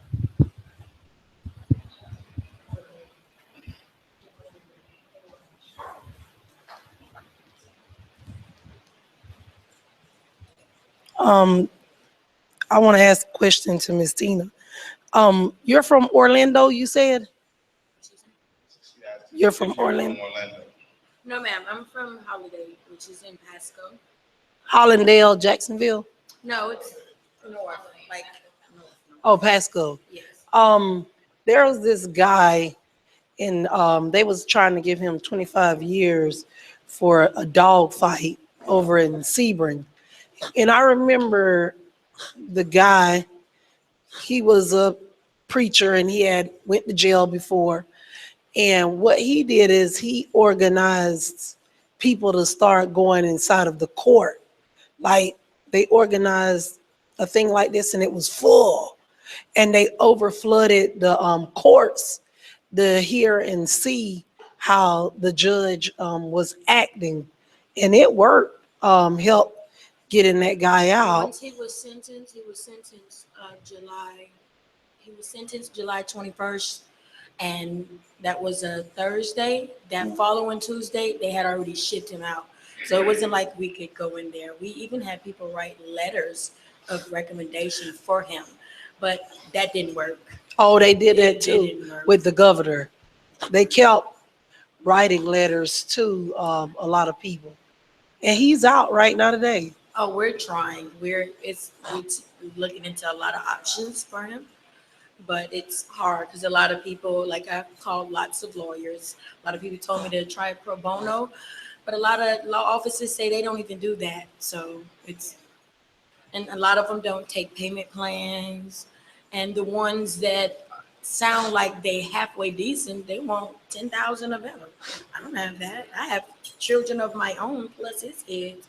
So I definitely don't have $10,000 to get another lawyer to bring him back in court. And I know a public defender ain't gonna do anything. And I definitely ain't gonna do nothing. We had a paid lawyer that didn't do anything. And we had her for 2 years and she didn't do nothing. She really worked against us the whole time. Wow. We tried that. Anyone else have a question?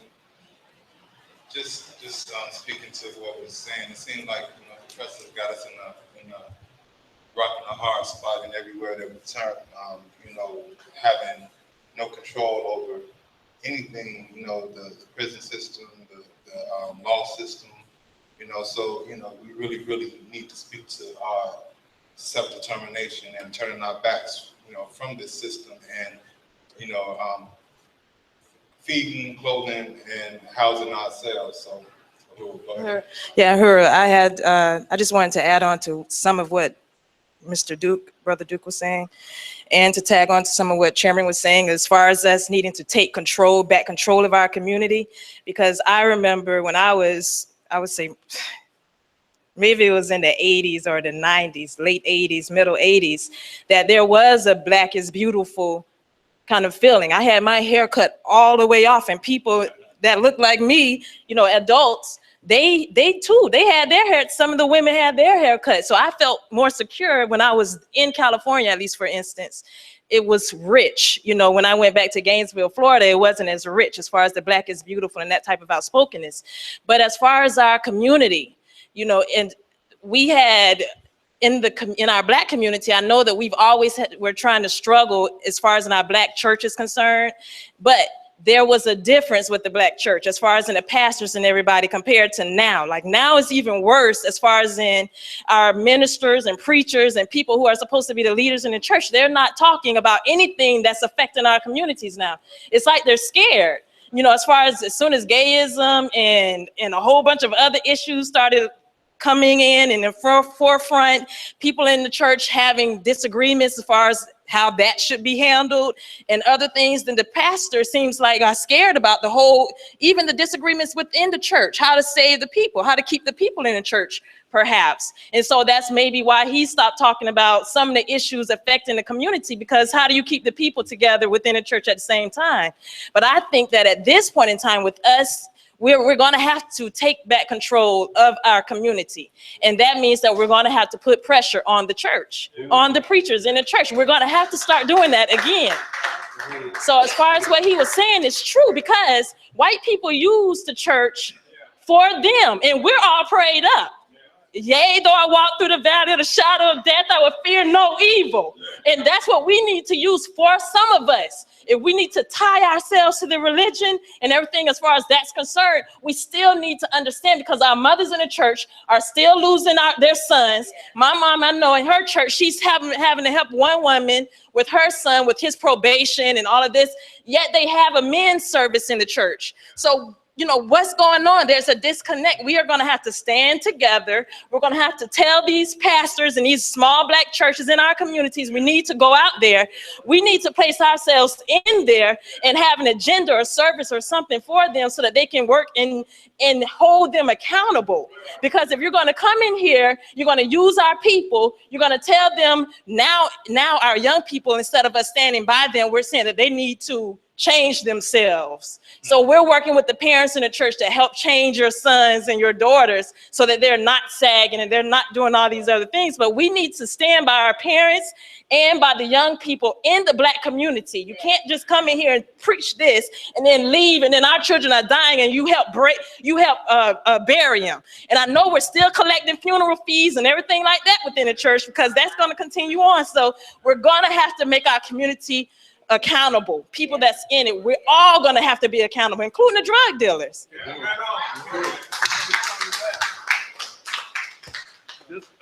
Just two weeks ago, I met these two ladies who were members of a particular church, and they weren't waiting on the minister. They were taking care of business themselves. And I think this is what we need to do.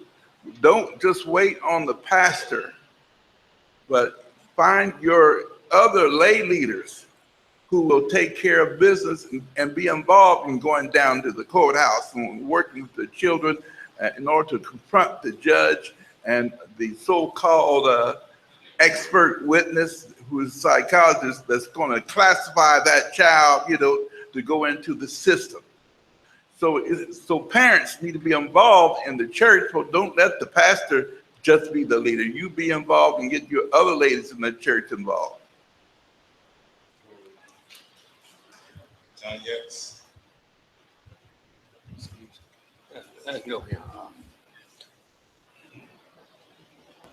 My name Johnny X. I like to say something. I know we speak to religious in the churches. I think the way the doctor is going, they part of the problem. They really is. There's a difference between a resting place and a camouflage slave house. I'm not making house in the Black community. These are slave institutions. We will worship it. It's a doctrine from the European that gave it to the Black people. Then we have to face the fight. The preacher, he just as dumb and blind as he can be. He get a little money. He's a slave teacher. We have to call it like it is. They train him to mislead us. He don't care. Soon something happen, they go get what they call a community leader, a preacher, a slave doctor. And when we read this stuff, we see all these white pictures, people on the wall. That's telling Black people we ain't nothing. We feel bad. All the people, they said are white folk. So we have to really question what we've been taught. We have to really look at this now. I told you where the cross come from. I told the brother right there. We have to really look what's being told to us. The book got a lot of lies, and it's something they use to control us. There's a doctrine come out of Europe, had nothing to do with us.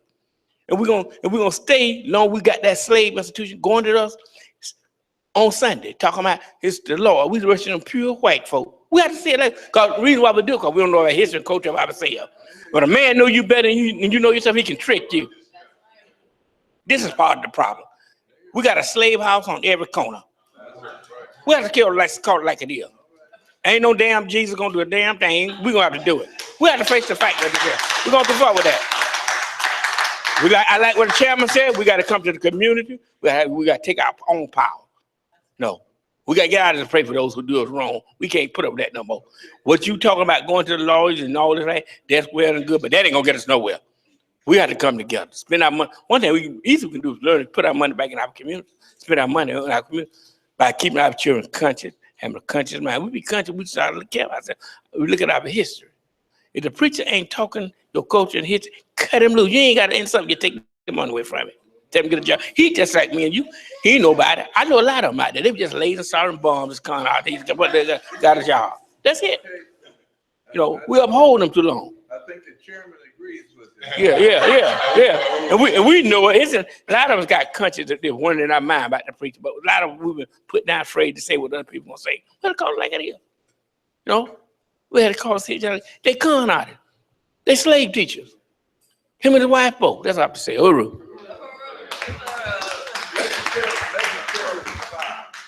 Say the sun is hot and I is tired. I think I has been called to preach.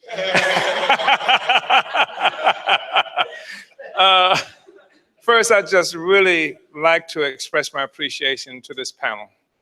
I just think that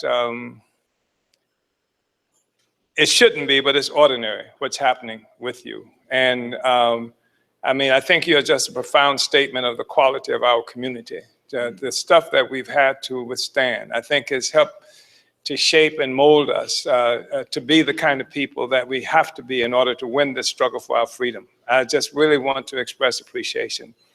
And Brother Grady, I mean, absolutely right. You know, nobody comes out of prison the way they went into prison.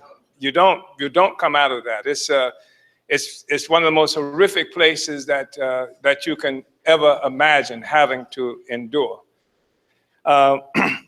Also, I think that what's really important for us, first of all, is to recognize that the Constitution of the United States, what it did with the 13th Amendment was to legalize and codify slavery after slavery was supposed to be over. Exactly right. It makes a statement that slavery is prohibited except for punishment of a crime. And then what they've done is criminalize the entire African community. Every black person in this country is a suspect. And I think it's really important to understand that when you buy the American dream, you've really bought a death sentence of a certain kind. I think also it's very problematic for us to be struggling against this thing that they call racism. Because the fight against racism is simply a fight to get white people to like you. And that's what racism is. So white people don't like you. Therefore, what I'm doing is spending my time getting white people to like me. And how do you get white people to like you? You learn to walk like white people. You learn to talk like white people. You learn to act like white people. And if they still have skin lightening cream on the market, you try to get as much as you can. So this whole struggle against racism is extremely problematic because you never fight against the system. There's an assumption in the struggle against racism that the system is generally good. You just got to get white people to like you and treat you right. When the truth of the matter is we're fighting against colonialism. And in a colonial situation, it acts the same. Whether it's in Afghanistan, whether it's in Palestine, whether it's in Africa, you got a foreign occupation that controls your life, every aspect of your life. And when you fight for power, that's what the Black Power movement was so frightening, because we moved away from trying to get white people to like us, because our problem is not that white people do not like us. White people don't like Chinese either, but they don't mess with them. And they don't mess with them because China is powerful, got nuclear weapons and did all of that. And I never heard of the Chinese saying, let's have a movement to get white people to like us. And there was a white man named Henry Kissinger, who was a war criminal, who was Secretary of State, among other kinds of things. And he made a statement that I think was true when he said that power is an aphrodisiac. So if you want white people to like you, if you're really hung up on getting white people to like you, get some power, right? When you get power, they'll learn to like you. People who hated you yesterday will love you tomorrow once you got power. I just think it's important for us to understand this. And also, when we were organizers in the 50s and 60s, especially in the 60s, one thing we came to learn is you cannot rely on the preachers. I have never seen a situation, generally speaking, where preachers could be relied on. So we say, hey, we got to stop trying to organize the preachers, organize the congregation. That's what I meant. I know. Organize the congregation. Because as Africa was saying, that here's a preacher who's not paying any attention but the congregation. That's their children who being killed and brutalized and don't have a decent place to live, etc. You got preachers who you have to actually show your tax returns in order to even get in the church. I mean, this is true. So the thing is, organize the congregation, because those are the people who are in pain. The preacher's not in pain because it's a parasite. A parasite is somebody who lives on somebody else and don't have to do anything to get anything for it except get it from you. And that's just an objective truth. I'm not talking bad about your preacher. Your preacher might be wonderful and say clever things that make you feel better all the time. But preacher objectively is a parasite. Doesn't have to do anything to make a living. So ours is the struggle against colonialism. The deck's stacked against you. And you cannot win playing the house. The house always wins. As you play the game that they set up, you always lose. They don't set up a game to lose. Nobody sits up and says, let's have a game that I'm going to lose, right? And there's no probability of loss as far as they're concerned. So I just wanted to say that. And I think it's really important for this discussion to be happening, because you can't have this discussion with Reverend Chickenbone.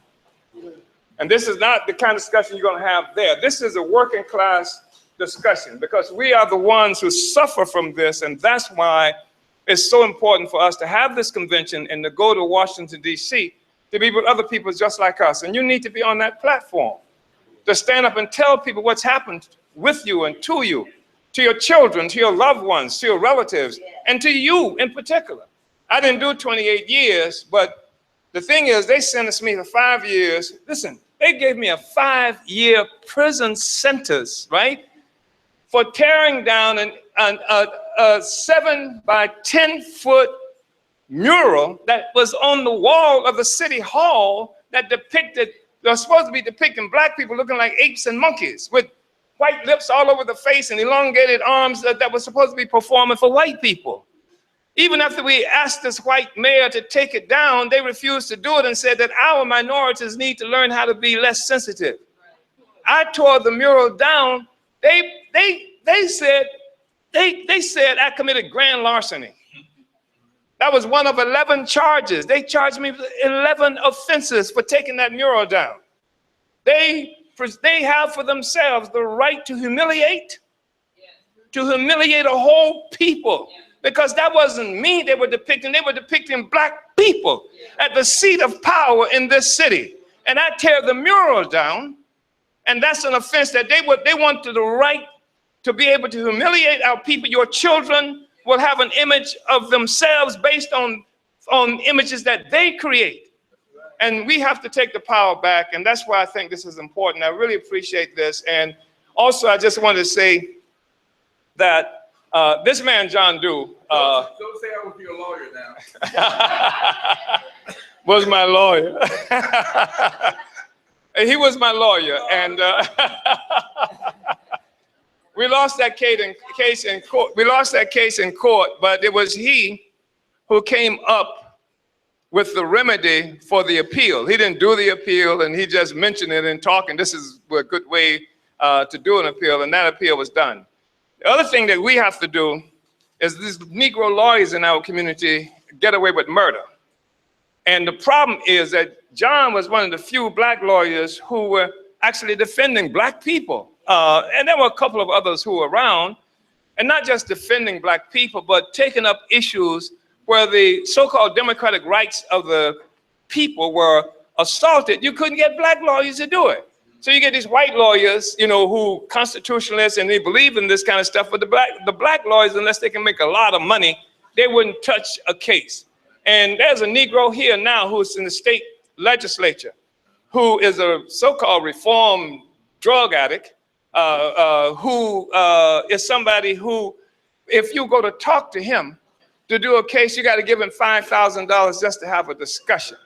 I mean, this is the kind of stuff these Negroes do. They have to have some problems. And that's part of what we do. We talk about the preachers, talk about the church, but these Negro lawyers, because the only reason they got law degrees is because black people made incredible sacrifices in the streets fighting to get them into these schools and what have you, not to make fortunes for themselves so they can represent the people who are on this platform now so they wouldn't have to be going through this stuff. Yeah.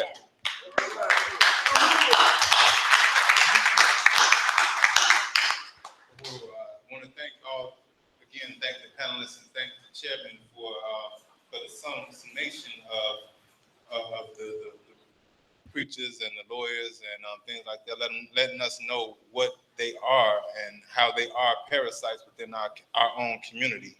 Our time is up for right now, and again, like I said, I want to thank the panelists and let's organize the congregation. Organize the congregations, right on. Huru, thank you so very much. I'm gonna give this mic back to Gazi Kodzo. Thank you, everyone. Okay, thank you.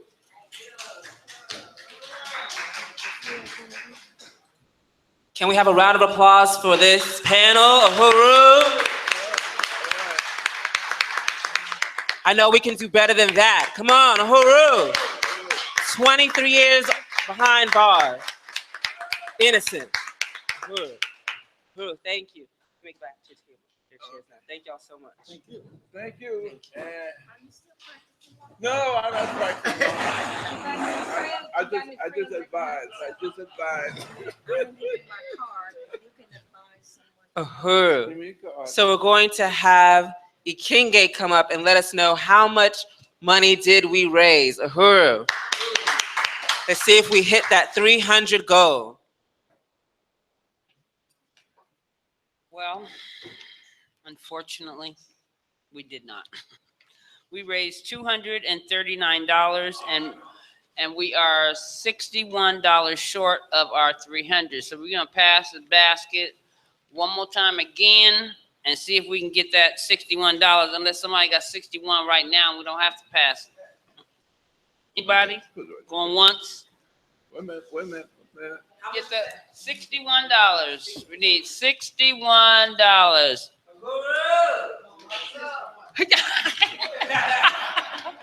What you got, Pop? 22. All right. Here's 5, so we got 27. Here's 10. Okay. Here's 9. 30. Here's 30. 40. 40. That's 40. All right. That's wait a minute. Wait.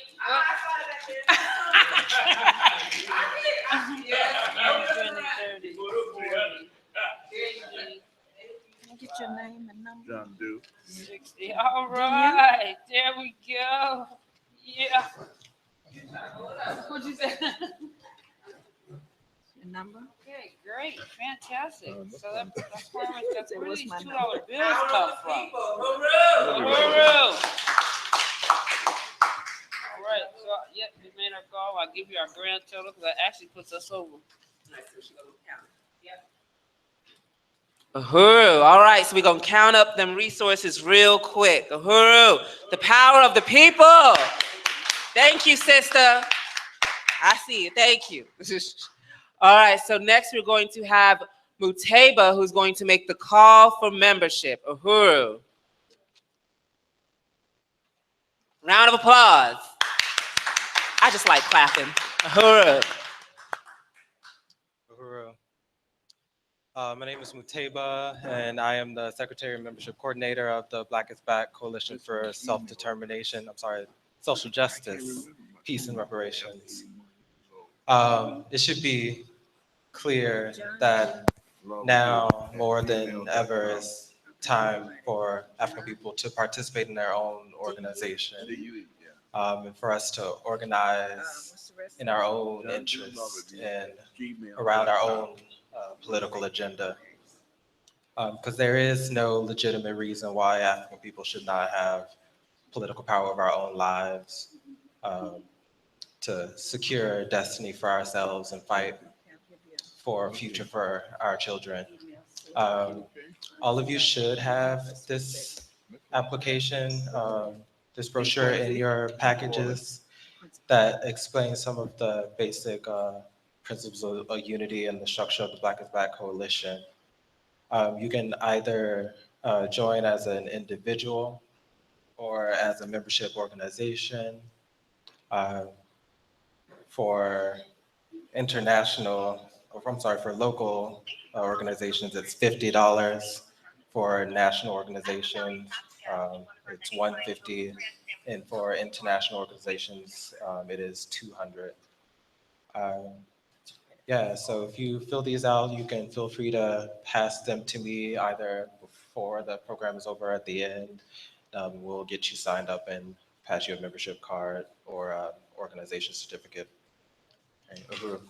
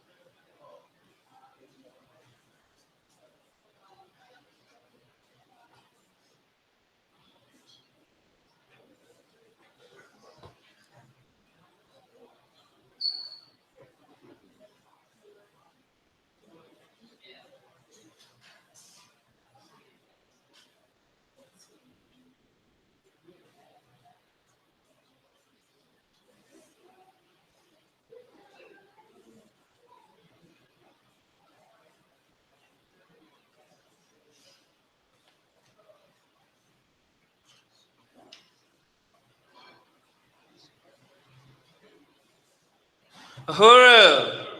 Uhuru. So while Ekenge is still counting up them resources, we are going to have Chimarenga Selambayo talk about the DC for National Black Self-Determination Convention. Uhuru. That will be happening November 5th. Uhuru. And 6th. Uhuru. So you've heard a number of excellent presentations here today, and I hope people can understand why it's so important to have our own agenda, because the agenda of the Republicans and the Democrats don't speak to the interests of African people, and we can clearly see that. Willette Lockett's husband is 13 life sentences for a crime he didn't commit. And even if he had committed it, 13 life sentences that's a colonial punishment. So we want to get people to Washington, D.C. That was the third phase in this three-phase project that the Black is Back Coalition has been working on. The first phase was the preparatory conference, August 13th and 14th, where we put together this document, the National Black Agenda for Self-Determination Declaration. And I hope everybody has had a chance to read it during the break in its entirety. But now I want to call on people to get to Washington, D.C. Right now, we have plane tickets on Spirit Airlines for $150. And we would estimate about $150 for your housing if you're in a hotel. And that's with 2 people in each room. So that's $302 if you're flying. It's even cheaper if we can organize 10 people in a van, it would be $240.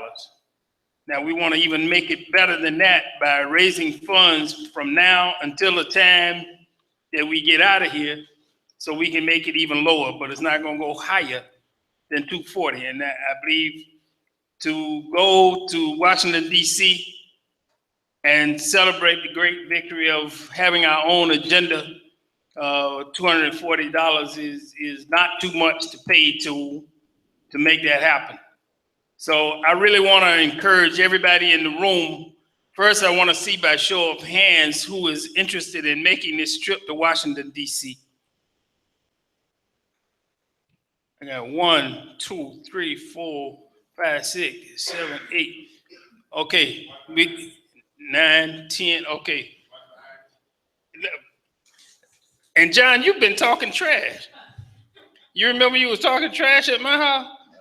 I said I was coming through to get you. You talking about, don't come by my house.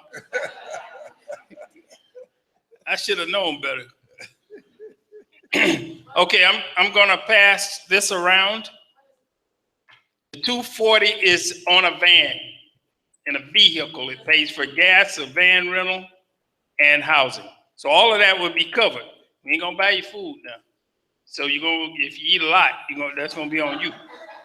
So, but we believe that this is going to be really important if we can get a large contingent coming from the state of Florida, and we want to talk to some of the people who left to make sure that they're on some kind of transportation. If you're on a plane, a train, a bus, a camel, we need to get to Washington, D.C. on November 5th and 6th. November 5th is going to be the rally at the White House. That's the march to the White House on the 5th. And then on the 6th is the actual convention itself, National Black Political Convention itself. So I think this is going to be really groundbreaking. I don't think anything like this is happening in this country. It's not to say other people have not gone out there and said, okay, we want to do a black agenda, but it hasn't gone anywhere because you don't see any evidence of that. So we want to make a real impact in forcing the agenda of the African community onto the political landscape. So I'm going to pass this around. I'm going to be right at that table right there that says NPDOM. So We're gonna have to discuss fundraising to lower this price, get the price under the 240. But that's where we stand at right now. If we didn't raise any money, took a van, it would be $240. That's not too much, is it? No, because we got almost a month to get it done. So I'm gonna be right at that table over there. And Nico has the clipboard. He's gonna bring it around to, I know Johnny raised his hand, he's gonna bring it around to the other people who wanna go. And we really wanna see other people who have never been on a trip with us, we wanna see them get engaged as well. We just came out of a great convention, NPDM convention, International People's Democratic Movement Convention in St. Louis, in Ferguson, Missouri. And now we're gonna be heading to Washington and make the same kind of big impact that we made in St. Louis. So let me see the hands of the people again. Look, count mine. And when I come through, you better be ready, John. You better be ready. You're gonna be ready, all right. All right, so I'm gonna hand it back over to, go ahead.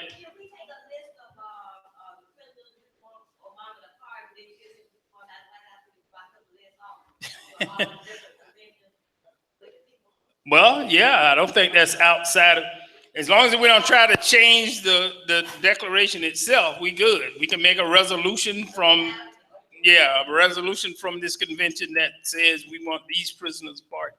Yeah, that can happen. So Ekenge and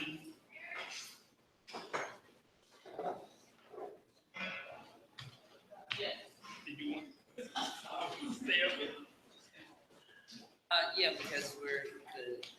Well, we raised $336.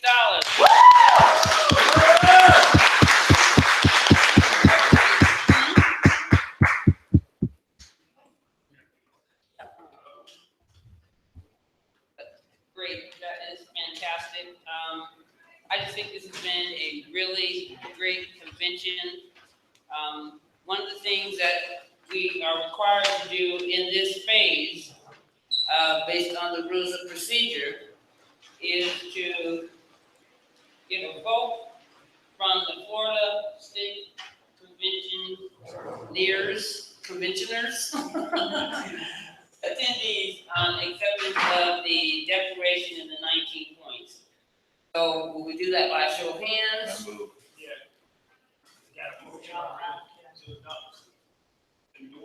To endorse. So moved. That's it. The world. Okay, and Now, any discussion? Yeah. Discussion. So we're gonna call the question. All those in favor of endorsing the Florida, the National Black Political Agenda for Self-Determination, and that's the document you're going to Washington with, please raise your hands and we'll count. You don't have to be a member. This is the community voting. Count mine. 8, 16. All right. All those opposed? Okay, no opposition. Okay, it passes.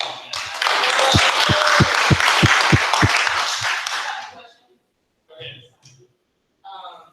Like this sister was saying, she was asking if we could bring this. I was wondering, that made me think maybe we should have something in our hands, whether it's a list of the declaration we all waving up or cowbells or just something. I don't know if we could think about having something. Well, I think the question of a resolution that would call for specific prisoners to be released and they would be specific to Florida, I think would be an excellent thing to take to the national convention. Because then you get the whole national organization on board with 3 of those prisoners. I can think of 3 or 4 of them right now. So let me see the hands of the people who would like to work on getting that resolution together. And what do you mean, resolution? The resolution that's coming from here, because we don't have time to actually work here on a resolution. But now we're saying, let's do a resolution, we get a resolution committee together, and then they work it out. Okay. Okay. I definitely. Uhuru. So 3 people will be, that's Africa, Dolores Fletcher, and myself. I got it.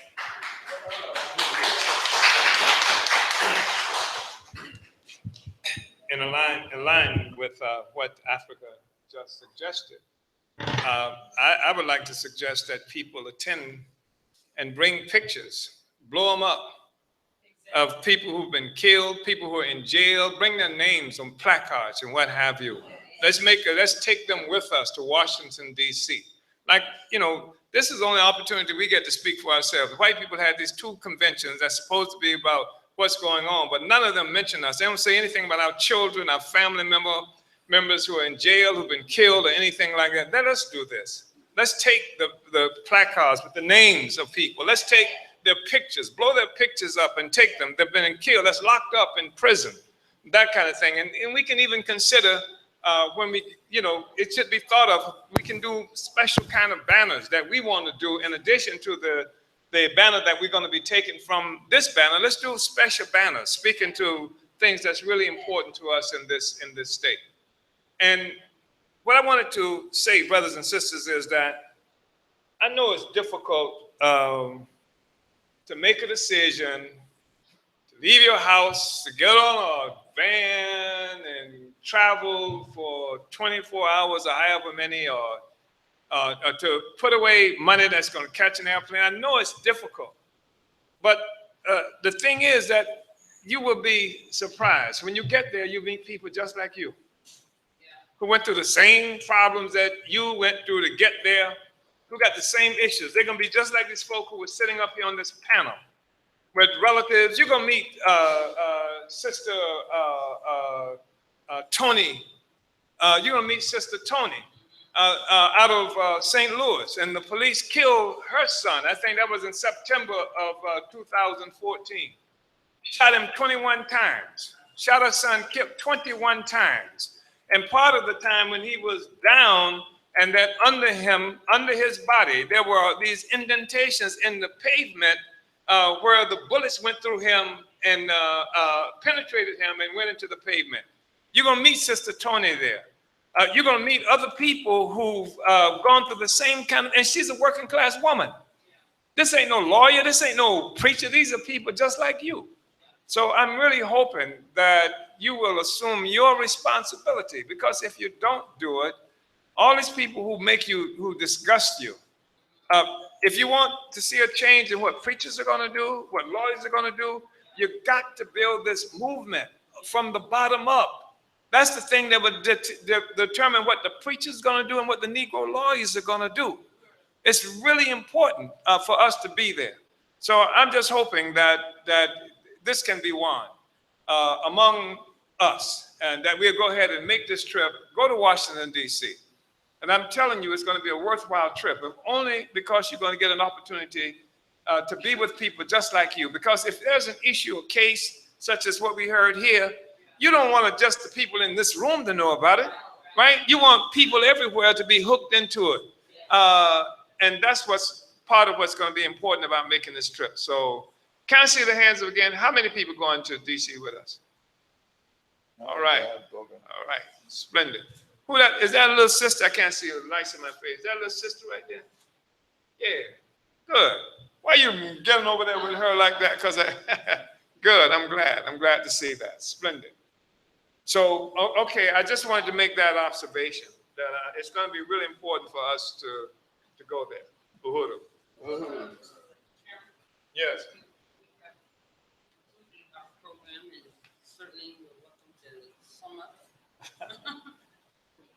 Listen, brothers and sisters, this is the end of this incredible convention.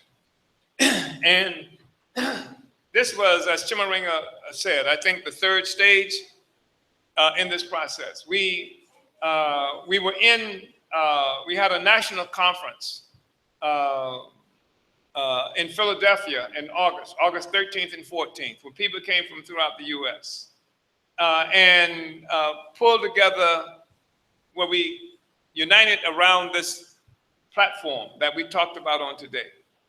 And our objective here is just to win as much unity with it as possible. And there are people going to be there from all around the country. As I mentioned, there are going to be conventions like this happening in Pittsburgh, in Chicago, in Ferguson, St. Louis, in Baltimore, Maryland, in Huntsville, Alabama, in Houston, Texas. What did I leave out? Kansas City, Kansas, in Newark, New Jersey, in New York, in Brooklyn, New York. These conventions are going to be happening in all of these different places. And this is what unites us, because we're doing the same thing in all these places. And it's the class, it's the poor working class people who are fighting for the same agenda. This is going to be a powerful movement. So we have to have organization, because we don't have individual problems. I was listening to Brother Grady here, 28 years in prison, and he talked about how he did all of these things on his own, by himself. But Grady didn't have an individual problem. It's a social contradiction that all of us are confronted with. And it shouldn't be on each of us to try to solve this problem by himself or herself. It's a social contradiction. And these demands that we have here respond to the fact that we have social contradictions as the people that we intend to take on. I really appreciate you being here. That the crisis that this whole system is involved in is because the slaves of the world are rising up.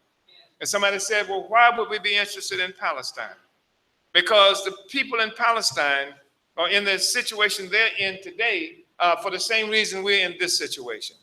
That our oppression, our exploitation, our enslavement is what gave birth to this thing. And if we want to bring it down, then what we do is we free Africans, we free Palestinians, we free people in South America, we free Mexican people, we free every damn body and bring this thing down. We live in a world today where 80%, 8 out of every 10 human beings on the planet Earth, 80 out of every 100 people on the planet Earth, 800 out of every 1,000 people on the planet Earth are trying to survive on 10 US dollars or less. 50% of the people on the planet Earth are trying to survive of $2.50 a day or less.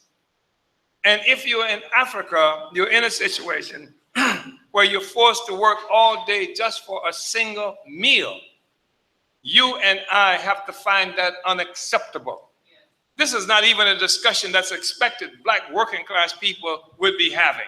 We are supposed to be so tied up and just trying to survive that these greater questions that explain our reality would not even be talked about by us.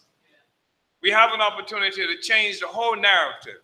And I'm hoping that everybody here will participate in doing that. I want to thank everybody. Thank you all for coming here.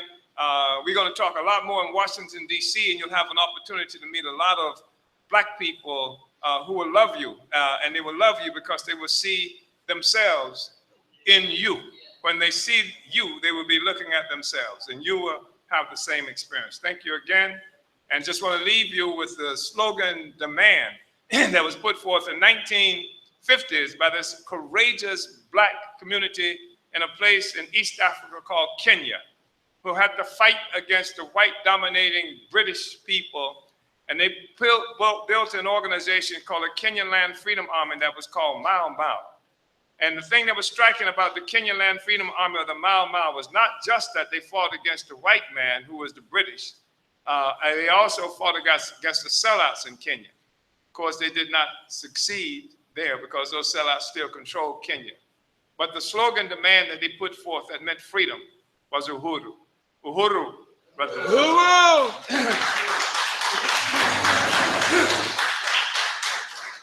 Okay. Organize the congregation. That's it. You answered my question for me. Listen. Yeah. One of the things that I want to talk about at this national convention Thank you, everyone, It's been for coming. discussion about creating. We'll be following up. Making a struggle for. Oh, we need some help proportionate taking the flag down. as opposed So to if this we winner could take get all as many thing we people as have now. possible to go out You ever done and any research at all help on what it would fold take? up our That's been glorious years, red, black, and but green flag, I that would can be helpful. Try to remember what I did. And don't I've forget done to something. sign I've done something the, on that one. sign up to go I to sure Washington, did. DC. Yeah. We It want was to a- make it sure was that a we have key your contact issue for me information one so we time. can talk I wanna about do that. I wanna fundraising so see we if can we lower can the raise cost the because then it would and make just sense to exactly have how we're all going to get there. a black So electoral please go out and help Because if take you the flag for in. proportional, you Uhuru. don't have proportional representation. So that's something I would. Yeah, let me work on that a little bit. Ekenge, I need that envelope with those photos from the 60s. Could you get that for me off my desk? Yeah. And then Osi Tutu and I, go ahead. Osi Tutu and I are gonna have to take a picture. Oh, really? Yeah. Okay. Yeah, that's what you said. That's right. Yeah, what it said. The FBI needs to update their shit. Yeah.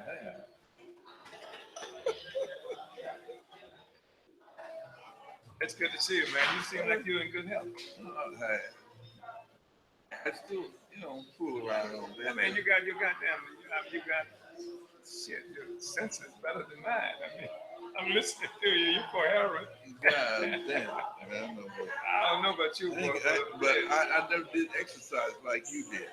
You started running, that was one thing. You started running. Yeah. But you're coherent, man. You got. Well, let me tell you something.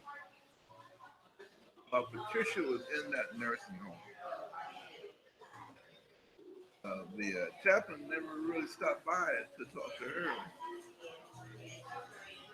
And I asked him. Hey, I wanted to say real quick that I hear them say a lot all the time about holding the candidates accountable for Right. the 10 Commandments too. The 10 And Commandments. one of them they said that the way they're killing our black boys, thou shalt not kill. Thou shalt not kill. Yeah. Yeah. I wouldn't say that. But you say it. Well, you should say it. Yeah. I mean, we need to hold them accountable. But the question is, when you say you're holding somebody accountable, it means you have the ability to deliver a consequence. If they don't do what they're supposed to do or what you want them to do, then you have to be able to deliver a consequence. Because if you can't make them have to pay for it, then they're not being held accountable. Do you know what I mean? Right. Yeah. Right. So that's why you have to have your own power. Because if we say this is what we want you to do, and they go and do something else, and then we don't do anything, we don't have the ability to do anything, they're not held accountable. We just told them this is what you want, what we want. Right. We have to have the ability to make them pay a price if they And violate it it. also says in the Bible too, the crookedest people in the world is the government. Yeah. The crookedest people. Yeah. Well, well, you don't have to. Even if you don't know scripture, you know that. Right. Well, that was nice. Yeah. Thank y'all. Thank you. So All right. y'all coming with us, DC? I really want to. I want to stay in touch with Mr. Chimaray. Yeah. Yes, You sir. coming to DC? I'm trying to get her. Tell her she can go on a cruise. It's in November. I mean, it's a month. It's a month. You got a whole month. Pretend like act like it's.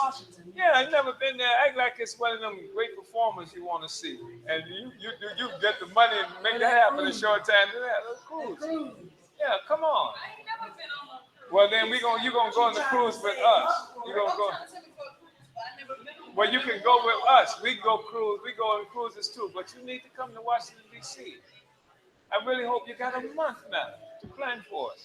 I really hope you can make it. I'm gonna stop badgering you because the way you're looking now, you shut me down. I can see that you already shut me down. Thank you so much. I hope to see you. And I said, oh, they got it on tape. They were saying we have to sign paperwork for the MTV. I said, I hope they got it. He said, Hillary Clinton, Yeah. ugly daughter. Yeah, the ugly. Yeah, and tell the truth, that's an ugly child, isn't it? That's an ugly white girl. I mean, that's an ugly child. Jeez. And the only way Something like that before. That they took that money over they took the money out of the supposed to be going to black people in Haiti. They ain't got nothing from it. They took the money, but yeah. And did nothing. But that ought to be enough for us to not want them. Of course it We ain't is. got but two to vote for, and then if we don't vote, I mean, I look at it as I could go back to Mr. Bush was in there. We didn't vote back then. Well, people did. A lot of people voted and they stole the election. I mean, the one who won the election, they took it anyway. Florida was key. Florida was key. Well, I don't think it matters. I mean, in terms of, because both of them have such high negative ratings in the polls. Why didn't they keep Bernie Sanders in there? That's my question. Well, you wouldn't have got much different from Bernie. Don't go yet. Y'all leaving? Okay, I wanted to show you something before you leave.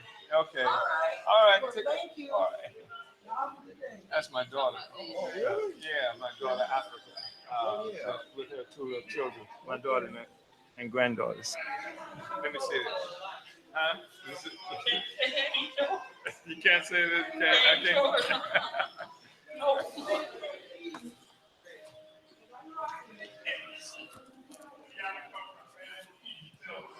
This is the day the mural came down. That's Lemuel Green. That's me. That's us with the mural. And this was the demonstration that we had. You worked for the same big times then. I had that before. This is me in the courtroom, in the city court. Like that, handcuffed behind my back. This is the day I fired Frank Peterman as my lawyer. Okay. Yeah, right there. That may be the very day the mural came down. I don't know exactly.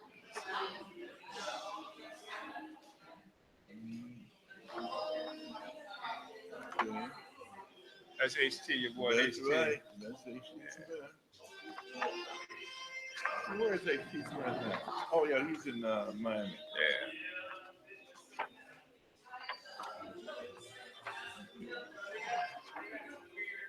I.W. Williams, remember him? Hey. Yeah, is that right? Yeah, I.W. Williams. Yeah. Okay. Is somebody trying to get rid of us? I don't know what the hell that's supposed to be. They can't evict us. Shit, this our joint. This is the Jomo theory. Yeah. This is when the police raided out the Freedom House where we were living.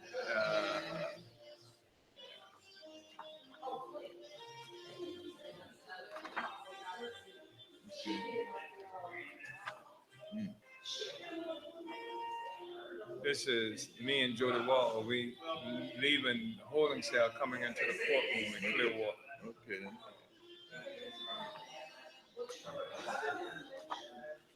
Yeah, this again is that when they raided the Freedom House over there in Harrington Avenue. So,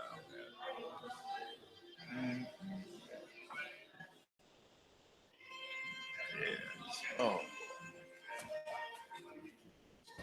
Boy, will it survive history? Oh, damn. Yeah, I see Patricia, man. Yeah. Look at it, man.